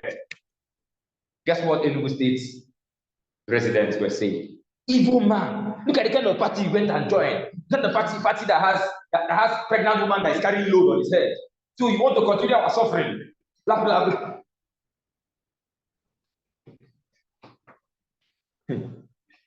And he went on like that, like continuously. We were abusing this kind of Chimaroke, wicked man. All the suffering you suffered us in PDP. You not say another party to join. You now join the one that has, because Nigerians usually see pregnant women as pregnancy as suffering. So they see pregnancy as when someone is pregnant, you think the person is going to die now. Something is going to happen to that person. But then, what did the party do? The party had to come out to explain what the image meant. So the image meant productivity. The image meant bountifulness. A lot to eat, because it is assumed that a woman who is pregnant is productive and has a child already that is growing. He has enough to feed that child that is growing. There's one on the back also that is growing, and there is still the basket filled with food, with goodies that even the unborn is also going to eat, and all of it. It talks about abundance and all of that. They say, so when they now explain, they say, so is that what it means? They say, yes, what we're saying is that when we come into power, Nigerians will have abundance. Nigerians will be productive. So once they now explain that, they say, you would have told us since now. Is that okay? Yes, we want to be productive. And that was it. So why am I saying this? Images are important. You must explain your images very well. Your audience, it is because they're going to see your image, they're going to explain your image from their own prism, from their own mind, from their own perspective. That's how they're going to see your image. So that's why you need to do what? Ensure that your image are self-explanatory. They're not, ensure that your images that you explain them and not assume that your audience can explain them or they are self-explanatory. All right. Do not wave your laser pointer around. Don't look like, those of us growing up then. Who are those people that used to sit in the back seats and we have that, that red light that we used to confuse our teachers from the back and we'll be pointing it on the board while the teacher is teaching. Who did that in primary school and secondary school? At the back benchers there. Yeah, it happens, So please, as a speaker, you don't have to do all waving your laser pointer everywhere and I'll be distracting your audience because you're remembering or you're trying to remind yourself of how you're in primary school and you're distracting your teacher. All right. Do not just list information. Make a point for all of them. Don't just list information. Make a point. Make sure which one has what, a point to do what to note. Are we communicating? Yes, sir. All right. Because today is our last day of the class, we need to get to the point where we are able to do what? Explain, or we need to at least get to a point where we are we get at least a whole lot of this before the actual presentation and all that. So today, we're going to continue from what? The 3 P's of a successful speech. So all we've been discussing earlier today, talking about the component of success. That's that thing that your speech will have and your speech will want to be successful. That's component of successful speech. So we're going to start with what the 3 P's of. So what is 3 P's? Preparation, practice, performance. Preparation, practice, performance. So preparation. According to Dale Carnegie, the very first book I read in public speaking, you see by a man named Dale Carnegie. And he said that it's only a prepared speaker that deserves to be confident. It's only a prepared speaker that deserves to be confident. If you're not prepared, you can never be confident. That is why a lot of people say that you probably speak are behind, because you're not prepared for it. So you're not confident you're going to deliver on it. Because only a prepared speaker that deserves to be confident. But when you know there is no concept, when you know that there is no concept as far as the field of medicine as a medical doctor is concerned, there's no field in the field of medicine that you cannot explain, you cannot have an opinion about, because it's very far and wide.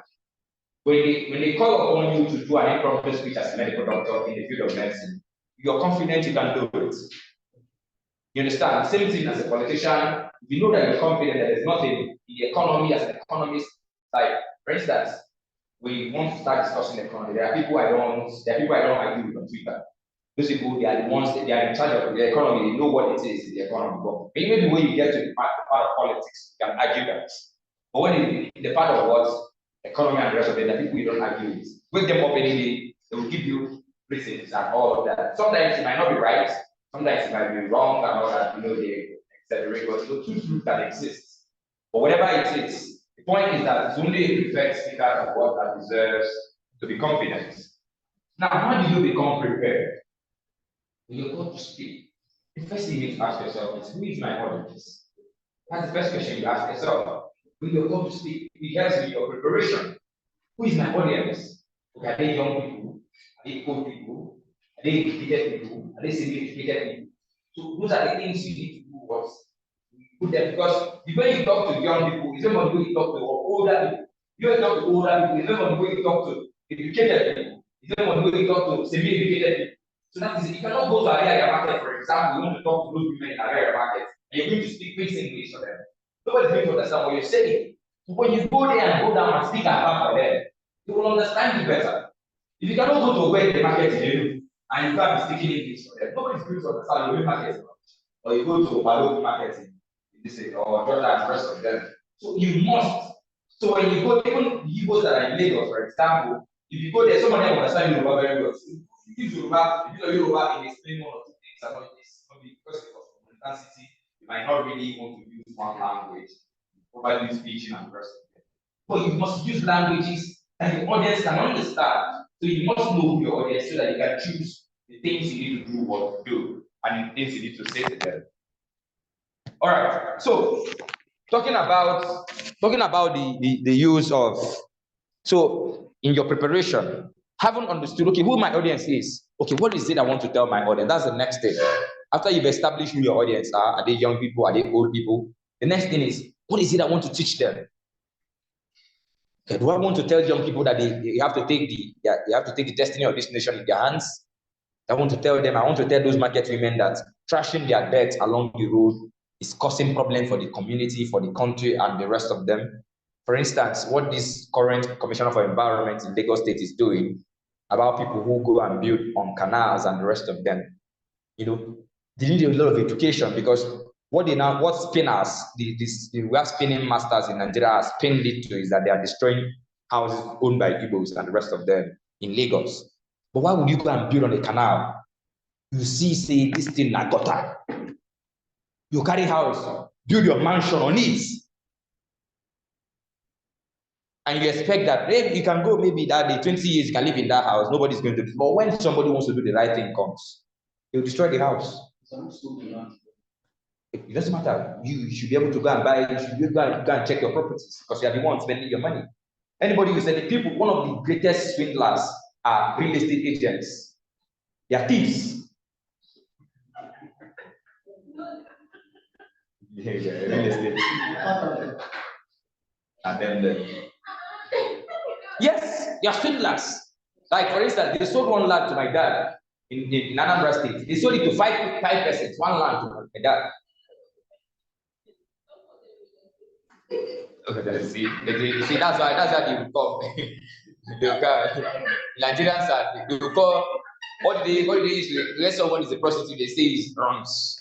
You change the name so that it will sound true. Instead of saying this person is a prostitute, they say this person is into runs. What is runs? It's not the same thing.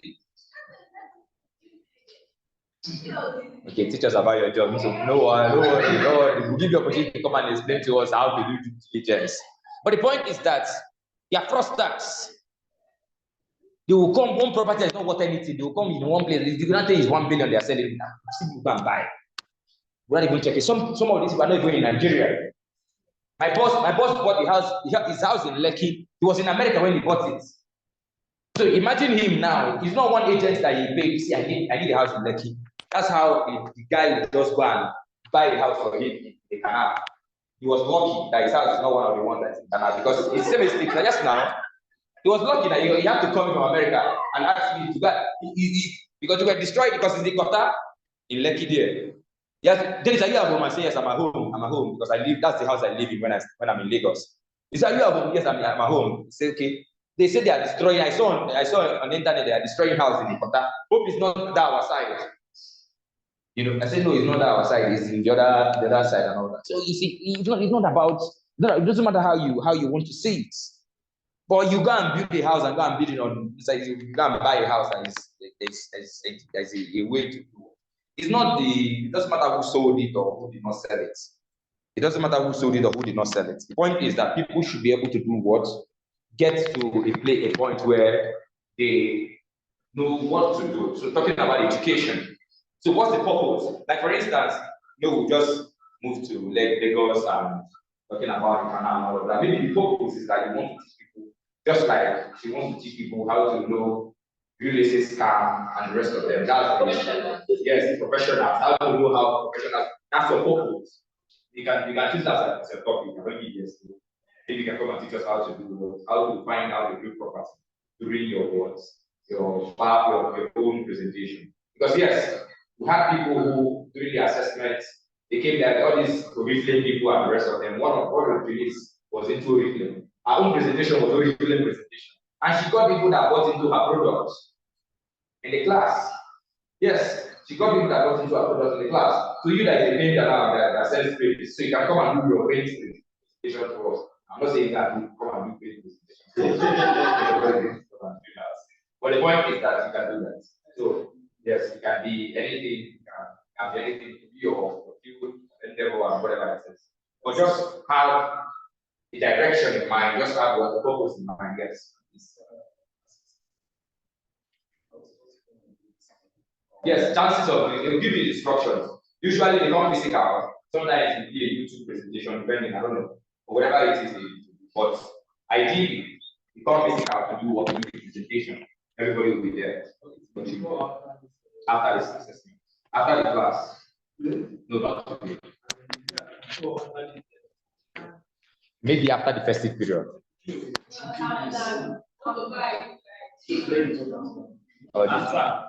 Concerning this other class, are we going to suspend it within this period? Or on Saturday, I mean, just one and I think we'll address all of that. Admin will address that. All right. So also now find out what is the direction of my speech. Now, because we don't have time anymore, so we need to. In preparation, that's what we call a smart speech preparation. What did I say? Smart speech preparation. So smart speech preparation, just like the acronym SMART, is an acronym. The letter S stands for what? Select your material. Select your material. That's the first thing you do. When you prepare a speech, select your material. And in selecting your material, you need to start with what do you know best about that topic? What do you know about that? That's how you do. That's how you start. What do you know? So, for instance, if you want to talk about COVID-19, you want to teach about COVID-19, you need to ask yourself, what do I know about COVID-19? okay, I know that COVID-19 made the world to lock down for like 3 months in 2020. That's one information you know about COVID-19, right? And I know that John Hopkins University were the first university that started doing research on COVID-19 vaccine and the rest of them. That's one this thing you need to do. I know that COVID-19 started in China. Those are the informations you have about COVID-19, right? Then you now do what? After you've done that, you now do what? Choose 1 to 3 major points. After starting with what you know already about the topic, you now do what? Choose 1 to 3 major points, and you now ask yourself, okay, what do I need them to learn in this thing? Okay, 1 to 3 major points. It could be, what is COVID-19? How did it start? That's 1 point. Okay, what is the prevention? That's another point. And then what is it that how can I, when I'm already into it, when I already caught COVID, what can I do to help myself? Those are the 3 major points you can now build your speech on. Then after you've chosen 1 to 3 major points, you now conduct a solid research around all of these things. So you conduct a research on how COVID started, the history of COVID-19. Then you now conduct a research on how to prevent COVID-19. Then you conduct a research on how to do what? When you've caught COVID-19, how do you cure COVID-19? Or how do you, either you go to the hospital and all of that, whatever research that is around it. So after you've conducted all of those things, remember, every speech must leave your audience with an aha moment. So what is an aha moment? Aha moment is a moment of realization. A moment of, yes. Your audience will say, yes, I got it. So it has to be something. So even if your audience know this before, even if they have heard countless speakers talk about that particular topic, let there be something that they are going to go home with. And the only way you can achieve that is by doing what? Conducting enough research that is able to do what? Dive into deeper than your audience could have driven in on their own. Because you've gone in deeper and deeper and deeper and deeper. Like, I can discuss economy. But there are people whom, when they come, there's a way they will discuss the economy. They'll go deeper because they've read more books about the economy more than I have. In the sense, so they can dive in deeper and deeper and deeper. So those kind of people, there's some explanation they will explain. I say, yes, this is what I thought. I've read it somewhere, even though I didn't go deep and all of that. So your audience must always get to that point of an aha moment, that point of realization, that point of there's something new I'm just learning. So you need to get your audience to that point, and you can only do that by doing what? By conducting a solid research. And in conducting the research also, you yourself must learn something new. So we have the iceberg of knowledge. What you say, what you know, and what you've learned. So as a speaker, you're conducting a research, even if you know all of these things that you've done before, you must learn something new yourself. Let there be something new that you've learned, because knowledge evolves. It keeps evolving. It keeps evolving. So that's something new. That's why when people are excited, speakers are usually excited to do what? To share about maybe groundbreaking news, something that is happening in their industry. Like for me, for every class, I want to, okay, what is something new now I'm going to take to this class besides my original slide and all of those things? There has to be something, a new perspective. So, and when you have learned something new, chances of you sharing it is higher. And you want to share it because you're excited to share the new thing and all of that. So you must learn something new yourself. That shows you that you've done what? You've done quality research and you selected quality material that will get your audience to that point of realization and that point of aha moments. All right, yes? It's going to be the call to action. No, it's not the same.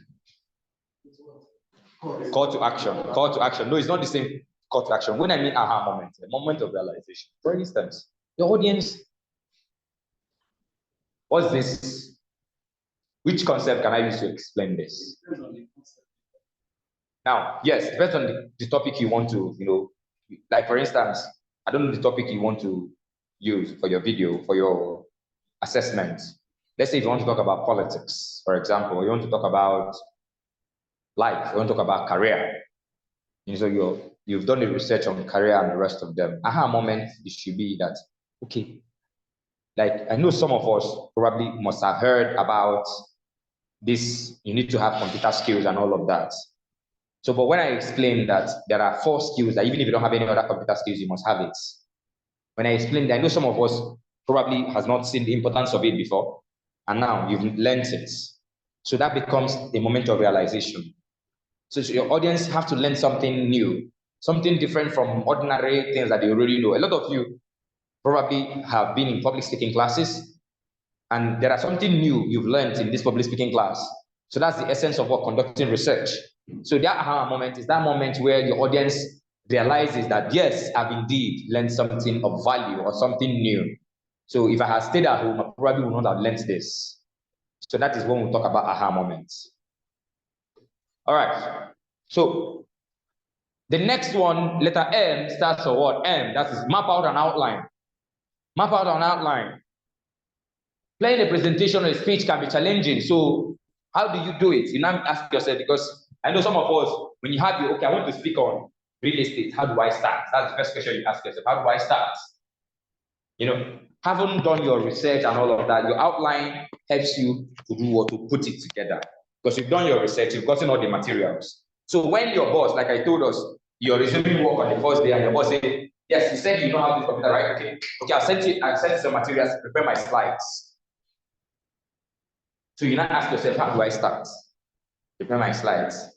So what do? You now say, there is an ideal outline that every speech should have. What's that ideal outline? That ideal outline is what? The outline that has first, attention grabber, introduction, body, conclusion, and a call to action.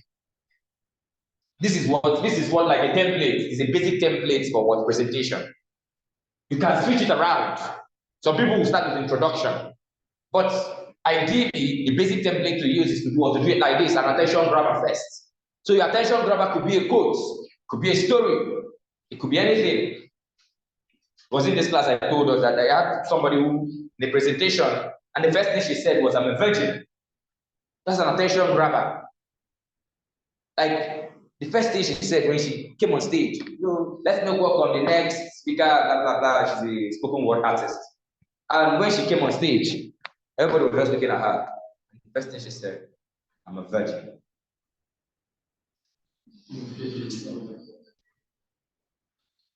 So everybody in the room is like, some guys in this corner will be like, so why are you not telling us? So like the ladies who are very insecure, maybe they're not virgins at that time. So why are you not telling us? So it's my business. Then the other ones will be like, are you serious? Some people will be like, are you serious? This guy is a virgin. Then the other people will be like, let's know how she's a virgin at this age. So a lot of reaction. Some people will be like, indifferent. What's special about it? Different kinds of reaction. But the point is that she has gotten the attention of everybody in the room, including myself. Because I'm like, okay. Guess what? At the end of the day, this lady, after doing her presentation, we discovered that she said she's a virgin to some issues of life. Not what we expected. Some issues of life that I cannot understand. We're waiting to hear the story of how they were locking her inside. They're not allowing her to come out. She didn't have a boyfriend. They were breaking her heart. That's what we were expecting. Or how she took a decision. She did a vow with God that she was not going to. Or she shocked all of us. But the point is that we paid rapt attention till she finished. Because we want to understand how. That's an attention grabber. Attention grabber is that thing that keeps your audience spellbound till you are done. That thing that gets their attention, that brings them and they want to who's talking. Because an audience, they might introduce a speaker, they're not interested in this speaker is. Actually, if it's an amateur speaker, or maybe a speaker that nobody knows, they're not interested in who the speaker is. They just introduce the person, they will be doing their things. But the speaker takes up the mic, and the first thing the speaker says, the person will turn. How is that person talking? That's an attention grabber. It gets the attention of everybody. So you start your speech with what? An attention grabber. Then introduction, after introduction, body, conclusion, call to action. That is what? That is a typical template or a basic template you can use in mapping out an outline. Yes. Yes, it is necessary in manuscript speech. That is why most manuscript speech starts with a quote. In the words of Marianne Williamson, it started with a quote. You get there because you get the attention of the audience. In the words of Barack Obama, you can start it like that, so it depends. Attention grabber. So even in manuscript speech, you can also apply attention grabbers like pause, stand, and then you're looking at everybody. If you introduce you to start your manuscript speech and then you're looking at everybody, it's unnerving. Yes. Yes, a smile can get the attention of the audience. If you have a very beautiful smile, the next thing you say, oh, she knows that to smile. Oh. So the audience will do that. So you can just do any of those. So yes, a smile is okay. If your smile is there, people who are their smile is powerful. Yeah? You can use a frown. You can frown. Yeah, but then who are you frowning for? Who are you frowning for? The frown, you think, so why the frown face? That's a positive, that's a negative. You know, when someone has a reputation and when someone is notorious, that's notoriety. How can you stand and be frowning at the audience? It's possible. It's possible. But to what end? At the end of the day, if it works for you, fine. If the frown is in line with the presentation, then you come on stage. I know some of you will be asking, why did I frown? It will calm themselves down. So normally, you cannot just be frowning and then try to say, just frowning. You know, explain to them why you frown. Can someone sing? Yes, you can sing. If it requires you to shout, but it has to be relevant to the presentation. You can shout, but it has to be relevant to the presentation. Like me, if I anchor a church program, for instance, like Harvest and the rest of them, in my church, there's one of our anthem. It's sort of an anthem, kind of. That is one thing, and for me, it's uplifting. The song is uplifting when it comes to donation. So whenever I'm called on stage, the first thing I do is, most of the time, but these days I no longer do that. You see, I start with, we shall build a shelter to the Lord of hosts, like King Solomon we shall. The moment you sing it, everybody in the church will sing along. You've gotten their attention.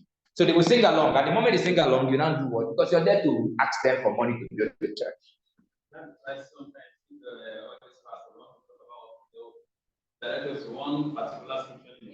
Yes. Yes. You need to connect it.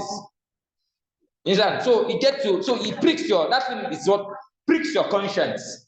So when the pastor directs you to that verse in the Bible, it pricks your conscience. So even if you don't give 100 naira, you give 500. Yes. Give 1 and you yield advantage, as the case is. So it's psychology. So that is why it is the psychology behind what speech. There's always something that you need to get the attention of your audience. Anything at all, as long as it's in line with your words, your presentation. You cannot come and be anything that doesn't have the pop singing. You can't come and sing. What's that? Makes no sense. All right.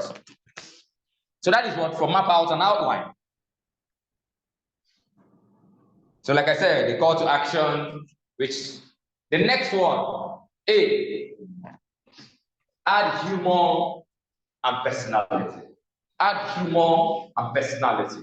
So we'll talk about add humor and personality. Presentation, public speaking, largely is about what? So enjoy yourself. Make people laugh. Excitement.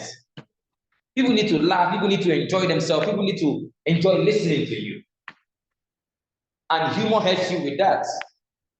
Add personality. Don't be like, be like one log of wood. You get to do presentation and you just stand. I'm here to talk to you about that. What I'm here to talk to you about is this. You don't go and sit down. Oh, personality. There's a time you need to swag. There's a time you need to do what? You want to dance. Just make sure that the presentation should have a certain level of, there's a personality the presentation should have. Then if you can make people smile, why not? Make them laugh, why not? But please, I'm begging you, with everything you know, please, if you are not funny, if you know you are not funny, don't attempt comedy, please. Don't attempt to be funny if you know you are not funny. Just forget it. Be like me. Like, I don't attempt joke. If it's time for presentation, you never see the joke or comment. Oh, no. It's not for me. I had an experience. So growing up, I belonged to this theater group where we're local celebrities as at the time, because they were showing our programs on local TV channels, ABS and the rest of them, soap operas that were acting. So there was one time we needed to get in new entrants into the theater group. So we organized a sort of talent hunt. And organizing a talent hunt means that you need to do presentation that is going to get attention of people. Then people will be like, okay, I like this one. I want to be into the comedy aspect of the theater group. I want to be into the acting. I want to be into the dancing aspect of the theater group. So they shared responsibility amongst all of us. I got into acting, got into them, and I said, okay, then you're going to do comedy, stand-up comedy, because they know I talk a lot. So they now think that because I know I talk a lot, then I also know how to crack joke. So they now gave me comedy to do. Guess what? I went to, there's this, if you grew up in Onitsha, you know anybody that grew up in Onitsha, just ask them about, there's a place they call post office. There's a call post office. That post office, you can get anything, practically anything. Like, based on stationaries, anything concerning stationaries. Post office, that's the place where all the people that know all the problems of Nigeria gather. All people that know all the problems of Nigeria, you know that newspaper stand where they will come and the people that will tell you what happened in 19 Korogodom and all that, they are tracing, they've been in that newspaper stand for years. So you get all of those things. So then back in the day, there's this book that has current affairs, comedies, all these are jokes, small jokes and the rest of them. So that's small back there. I went to buy one. I bought two that had different jokes in it. So I took time. Then I used to have very sharp memory then, because I could cram anything crammable. I was so growing up, my brain was developing now. So I crammed everything on the day of the presentation, on the day of the talent hunts. And now let's make welcome. The next is a stand-up comedy, blah, blah, blah, blah, blah, blah. I cracked one joke. You know the kind of, I read the jokes. Some of them, the ones I felt that were very funny. Those are the ones I started with. I cracked one, nobody laughed. I cracked. I cracked three, nobody laughed. I cracked, nobody. Nobody laughed. Guess what? One of my friends, Asugo, he just came, he just did 1, 2, just to save me, just to save my face. He just came and said one thing, and everybody was like, "Wah!" I said, so people can laugh in this place. And people are not be laughing all the things that you say. And I swore to myself, I will never do comedy. It's not for me. If you like every MC worker, if tomorrow self, I'm going to anchor our Carol night in church. You will never see me crack joke. MC, you need to crack joke. I say, not me, please. I'm a very serious person. We do serious business, so we can do serious things, but not joke or anything. Now, that's a relatable place. If you know you're not funny, be like me. Give up on jokes. Just do your presentation. If you are lucky, they laugh more, fine. No, just do other things as aspect of your presentation. There are people whom they have the gifts. That once they start talking, people start laughing. It's a gift. So when you know you have it, fine. So what you can now do is to remove humor. If you know you don't have it, you can just delete humor and add only personality, so that people can at least see other things. It doesn't look like your speech is rehearsed and all of that. As I want to talk about add human personality. All right. The next one, which is the letter R, revise your speech. Revise your what? Your speech. After you have finished the draft, you've looked at it, then consider making your sentences. You can now decide, okay, this part of the presentation is a little bit long, so I think I need to bring it down. I need to break it down You now ask yourself, are there things I need to remove? Are there things I need to add? Are there images that I'll have to spend the whole day explaining because it's too much? You remove the image. So those are the things you do when you're revising your speech. So you need to look at, there are some fundamental questions to your speech you need to ask. So you need to find, is there a way I can make these sentences shorter? Are there memorable adjectives I can use that can make the presentation? Are there things that I will say that has the greatest of impact on the audience? Then you can now strategically also add in different places where I can put stories, the place I can add examples, the place I can add strategically in different parts of the speech. That's how when you are doing your revising your speech, then you do this over and over again. At the end of the day, you now tie, which is letter T, tie what? Loose ends. Tie loose ends. Put it together. Make sure that the end of your speech are tied together. So if it starts on a high note, end what? On a high note or even in higher notes. You get, so tie loose ends. Ensure everything is well structured and consists of the core messages. So how do you know you've achieved a good presentation, that you're ready to go?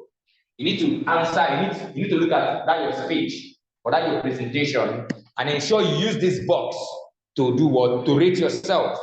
This box, you need to use this box to do what? To rate yourself.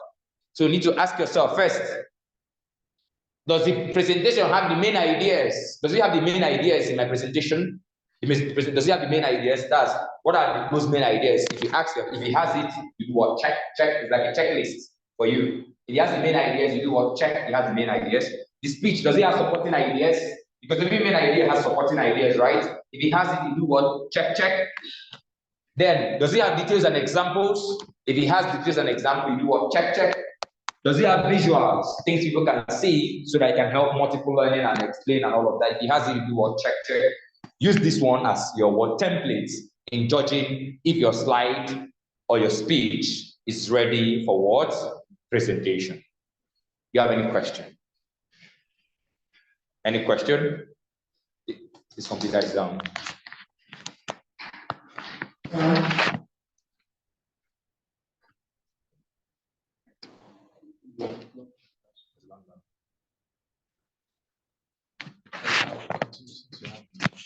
Yes, so that is what you need to do.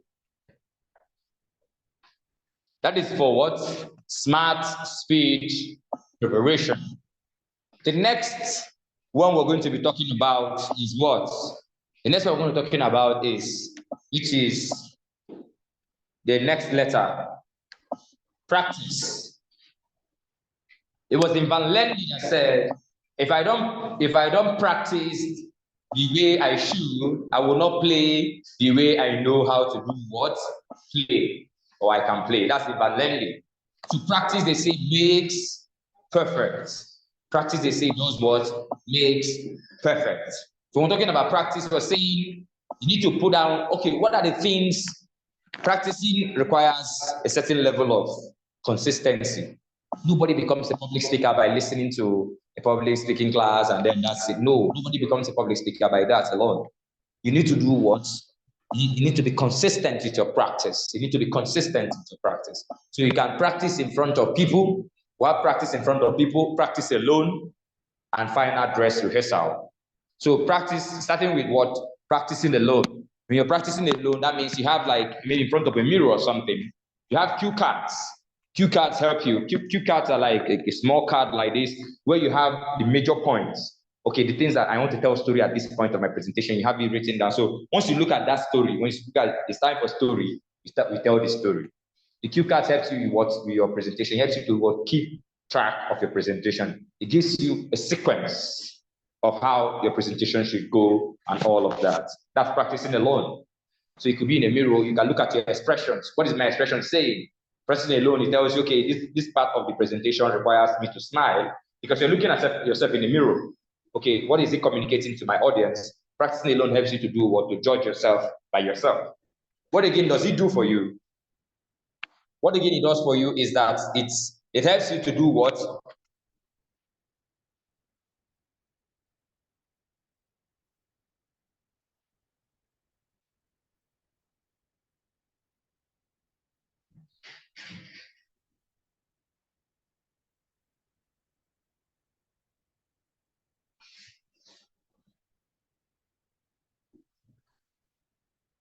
So when you practice your speech, it will help you to do what? To get the attention, because you already know that, okay, at this part of my presentation, I need to do what? There's an expression I need to wear. So this expression is supposed to be communicating this and all of that. Because you are practicing alone, maybe using a mirror or something, you're able to do what? Do all of those things yourself. So practicing is very important in public speaking. So you are required to do for every successful speech, as paradoxical as it may sound, every successful speech usually requires you to practice at least 20 to 30 times before the actual speech. 20 to 30 times before the words, the actual speech. It's too much, Abby. Yeah. 5 pages, like how? You keep practicing those 5 pages many times, because that's how you get familiar with it. That's how you get acquainted with it. It's something you have to do because you need to be able to, you need to internalize. He has to. That is why people become better. Like people become better even in teaching about a particular topic when they have done it several times. First time, second time, yes. Sorry, can you help me? Give water, please. Thank you.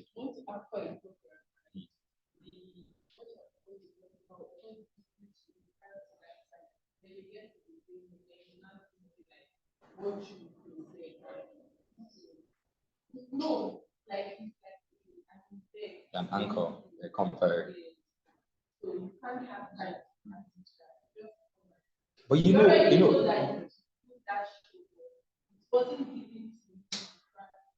But you know, the practice, when we talk about practice, really, it must not necessarily be the exact content. Like when people say we don't practice impromptu speeches, they lie. People practice impromptu speeches because you're already a professional. You've done years of practice anchoring programs of similar nature. So that is why when they want to get an MC, like for us now, who are sometimes I do MC work and all of that. So like, ask you, have you MC'd a wedding before? Have you MC'd, they say in the fundraiser before? So you can read out your portfolio. So you have done. So there's no difference between the wedding you MC'd like 2 years ago, and maybe there's a slight difference, but at least they are almost similar. And that is why we say it in public speaking that you must be a very flexible speaker for you to succeed in public speaking. Flexibility is important, an ability to adapt. So whenever they give you something, you already know, okay, because when they give you, that's why usually too, organizations, they give you a program of events a day before the events. Ideally, that's why you ask, I made the program of events. So if you have those kind of events, always ask them, give me program, shout it in their ear, I need program of event, I need program of event. The reason is that you need to look at the program of event and start, okay, this is part of the program. What activity do I need to do to make this part of the program meaningful and all that? So that what helps you. You get it. When we do joke, Sarah. Thank you.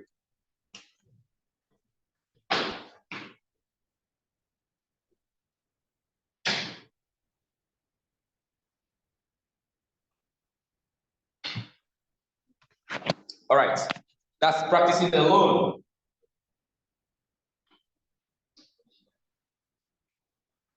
What of practicing in front of other people? That's another kind of practice. Practicing what?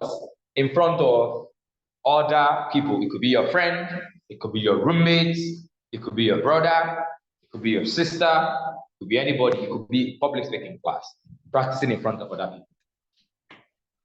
Speaking in front of a small or supportive group of friends and family members can be the next step to your what? Yes.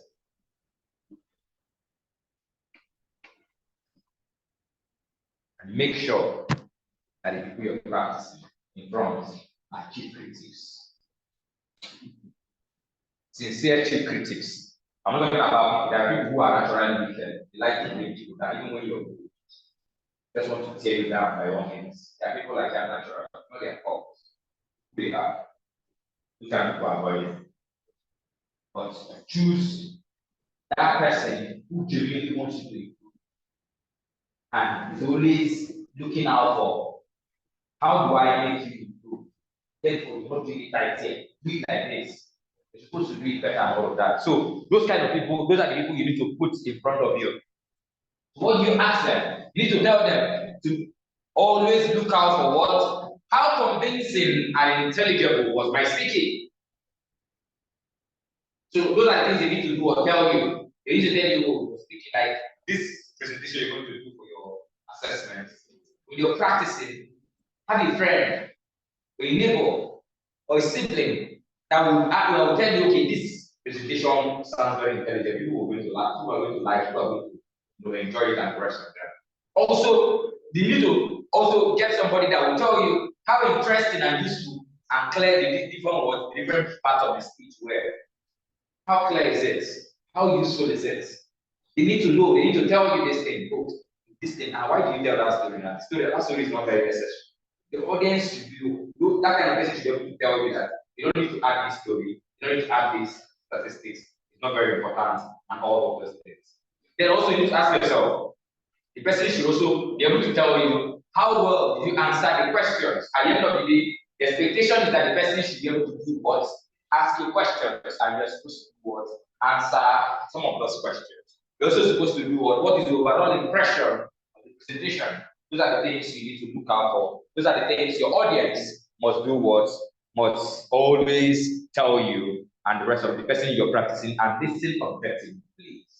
When these people give you this feedback, please don't take it personal. Nobody is there to get you. I usually tell you this thing. In fact, the person you should enjoy, in fact, when you come to a class and there's nobody in your class, don't be comfortable in that class. That's not a good class. You need to have somebody who wants to make everybody better. Don't take it personal, because when you take it personal, you're not going to grow. Let me share a story with you. There was this young woman, when we university together, I was in final year, she was in 100 level. Then I was the president of Minority and Speaking Association. So we usually do rehearsals every Tuesday. That's our day. Our meeting days are Fridays. We do rehearsals Fridays, but our major rehearsals are Tuesdays. So she came for rehearsal. That was our second time so coming for rehearsal. So she was called to do something. We gave her a task to carry out. She did it and had some, just like doing this class, we do constructive criticism. So one of the people that criticized her was the secretary of the organization, Chika. So when Chika criticized the young woman, she felt offended. Why would they criticize her?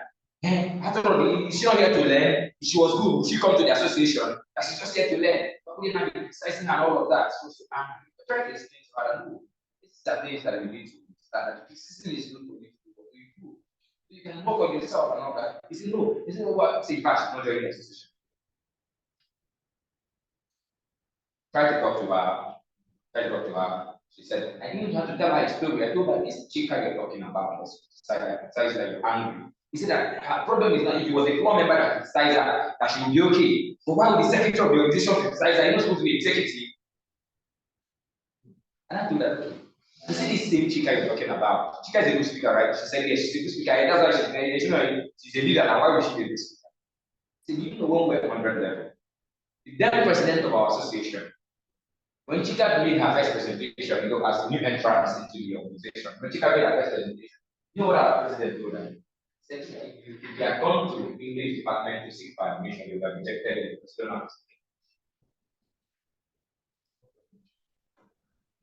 How do you do that? The then president, if you had gone, if you had gone to seek admission in the English department, you would have rejected it because you don't know how to speak English. So, the woman was what?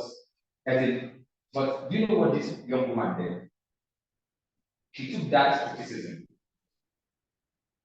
worked on herself. Every day you see her, she's in the book, she's writing, she's improving. She kept on coming for the meeting. I bet you, I beat my chest and say that girl graduated top 5 best speakers in Madonna University. That was how she was so good. She won the fact there were competition. We that were naturally born speakers. When I came out, my first day, they clapped. Wow, great presentation. That's when they clapped for me and all that. But this woman, at that first day, there were competitions she won. We all contested in the same competition. She won that competition ahead of all of us. This is somebody that was told that. So I told her this story. She said, so it's like that. At the end of the day, graduated, finished from the university. 3 years down the line, she came to Abuja to sell. So saw her, they were telling her to put program in this program. Guess what? She came and paid for this program for as long as a core member. You pay 40,000 for public speaking to be in the class. Something she would have learned in the university. And then when she now came, it was me teaching, but like, this is my former president. Not even, like, this is something ordinarily she would have learned this thing in the university. But she did what she insisted on. She insisted on doing what? Doing nobody should criticize me, nobody should criticize me.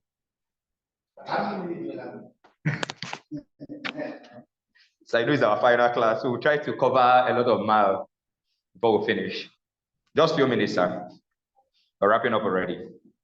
All right, so now, when we're talking about practicing in front of an audience, please listen objectively to whatever it is. When they criticize you, don't take it personal. It's not personal.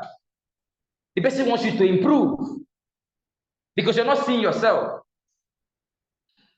I've seen where people who are TV presenters, maybe when they come to Toastmasters International meeting, and we'll be telling them, sir, you did 20 R, you did 20 M. The R counter will count all the R. These are professional presenters, TV presenters.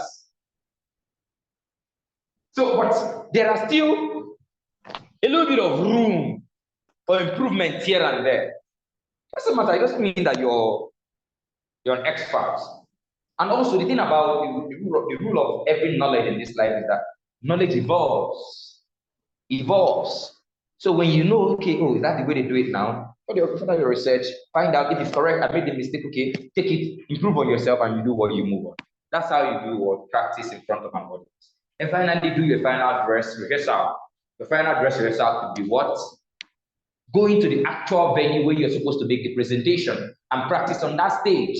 If you have the opportunity, for instance, if you're supposed to speak at an international conference center, if you have the opportunity, go on that stage that you're going to be practicing. That you're going to do the actual speech and practice on it. Usually music artists are usually the ones that give the opportunity to do what? To go to the actual stage where they're going to perform, to do what? To practice. But as public speaker, if it's not possible for you because maybe the hall will be busy as they will be being used as at the time you want to rehearse and all of that, you can go early, arrive early enough. So go early enough and observe the stage. Go around the stage. Look at it, okay, is there a place I can place my notes? Is there a place I can place my computer? Is there a place I can move around? Which part of the room can I move? Which part of the room can I go and then get the attention of my audience? Those are the things you need to do what? Put into deep considerations because it will help you do what? Get better at your presentations in the long run. The what?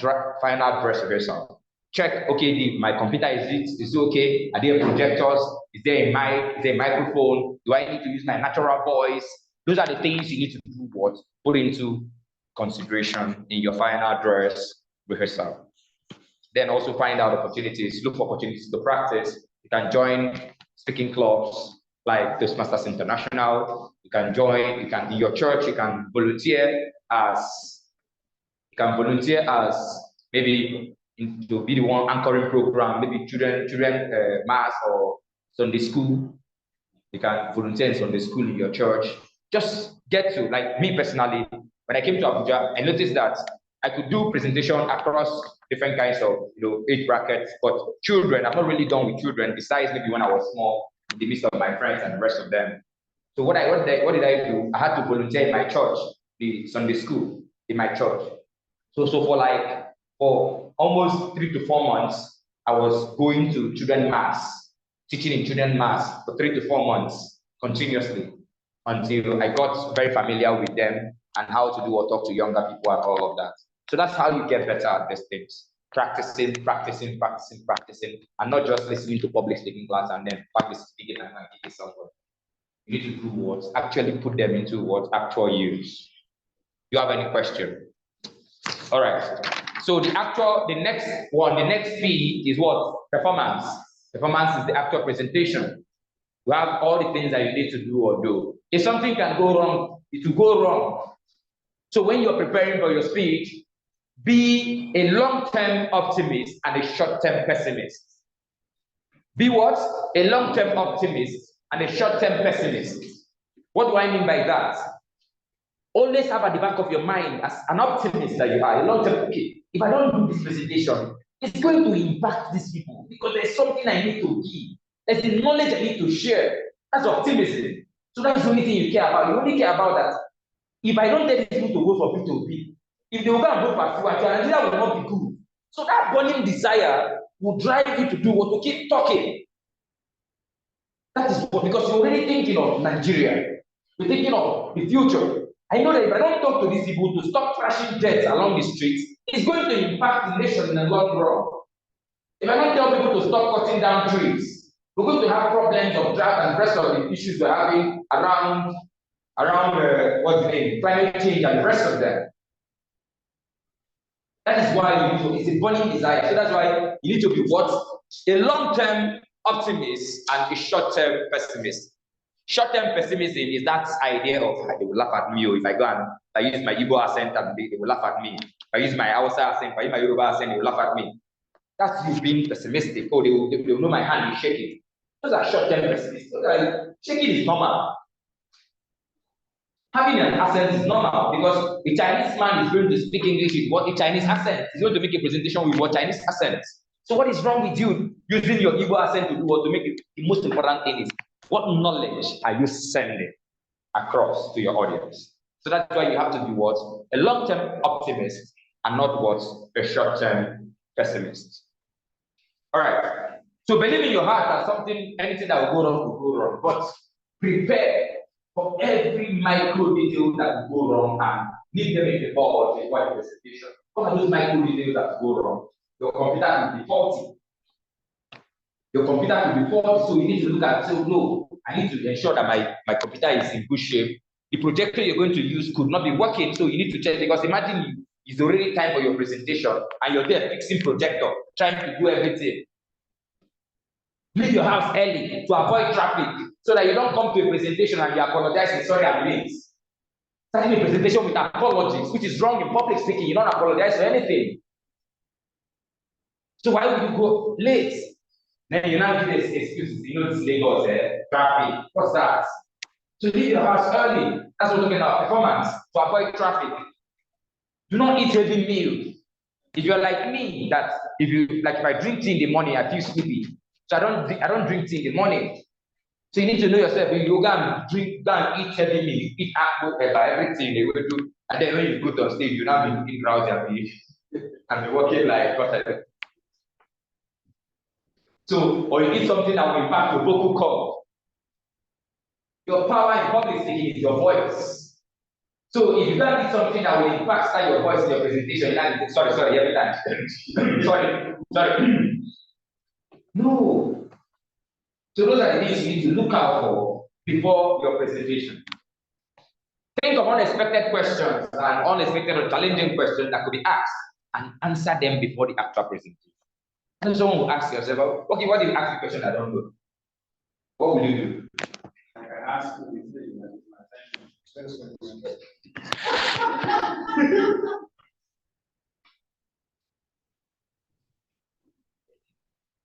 The truth is that it will be difficult for your audience to ask a question outside what you're teaching. That's why you must have deep knowledge. And you need to be a good person in talking. You need to wriggle your way out. Experienced speakers know how to wriggle their way out of questions that have difficulties trying to do what? Explain. In fact, I say that when, except the audience, the person in the audience who wants to really mess you up. There are people in the audience who really want to mess you up. So you ask a question that they know that you don't know the answer. I had this in my former place of work. I had this man that these guys are bullies. You know what someone is a bully, the workplace bully. The retired general in the army, his best friend, who is also the two of them, they work together. The other one is a dark corner. Why is a dark general? Two of them are police. There is no presentation in this world you make that you don't have. Not just question, they don't have something to criticize about. When you put your slide and you don't explain it, see, why do you explain your slide? When you put your slide and your slide is supposed to be said, don't spend too much time explaining your slide. It's supposed to be self-explanatory.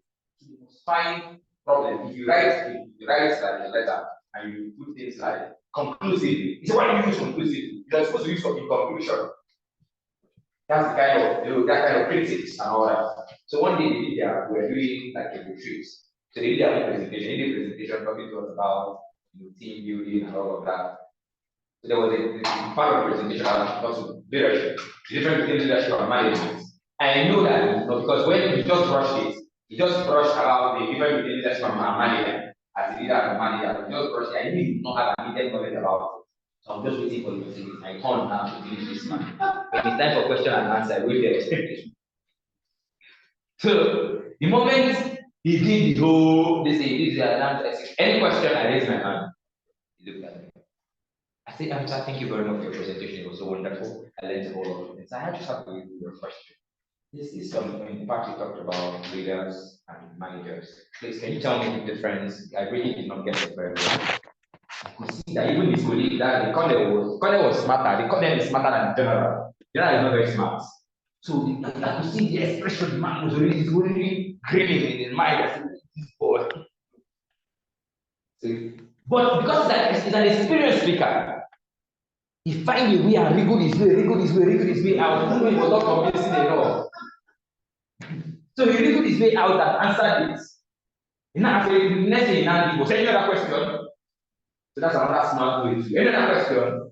And I said, okay, sir. So, okay. That time he asked you, you have that he's just trying to don't attempt it. So at the end of the day, so I knew that they were going to pick on me. So after the presentation, I went to meet them. So I said, thank you very much. I said, can I get this slide? Show me which slide. So that's the thing. Questions. You need to know how to be able to attempt these questions. There are some research you've made. As you're preparing your speech, you already know that there are some parts where they ask you questions. It's going to be difficult for you to attempt it. So go back and still read on that place again. Internalize it better, understand it better, look for multiple places to explain it so that you can do what you are able to do and answer a question around that area if you're asked. That's how you prepare as a speaker and you get better at attempting questions and the rest of them. All right. So relax before you speak to talk. Face your audience at all times. Do not rush your presentation. Do not introduce the presentation real quick. Don't start the presentation real quick. When you do that, what you're telling your audience is that this is not important, I can forget it. So don't introduce any topic real quick or anything similar to, please, sharp. No. Don't do that.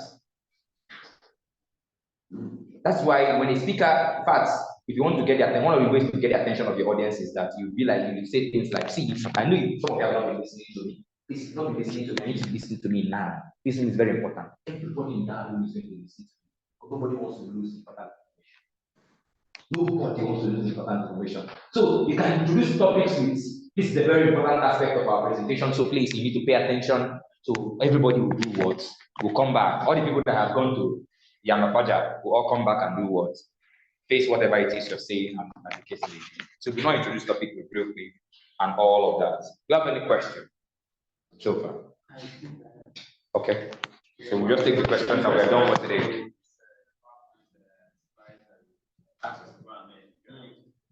They have some and then without application. Yes, and on YouTube, people are like, you can have it on your phone, you can download it on your phone. So what if I want to practice? Practice and have it. Yes, you can on your phone like this now, you can have the software on your phone. You have that software on your phone, and you can even use that. When you use your phone and prepare your slide, you don't have a computer. Once you have the Microsoft thing installed in your phone. Yes. Oh? Yes. You can do that. Another question? So how do we get in contact with these Toastmasters and all? Toastmasters. I get them online. They're online. I think them online. I take them online. Okay, what I will do is maybe I'll send the name or the number of the president of my own, one I go, Millennium Toastmasters, and send the president's number. You guys can contact him if you're interested in joining Toastmasters International. Send the number there so you can call and then get a meeting. Yeah, we might check online anyone that is close to your area and join them. But public speaking is continuous, even as speakers, I'm here now, continuously learning, continuously improving. But that's how you get better at it. Yes. Any other question? All right, thank you guys. You'll communicate to you as to how your assessment is going to be and every other information you need so that we all can be on the same page. Thank you for your active participation. See you some other time. Okay, 081.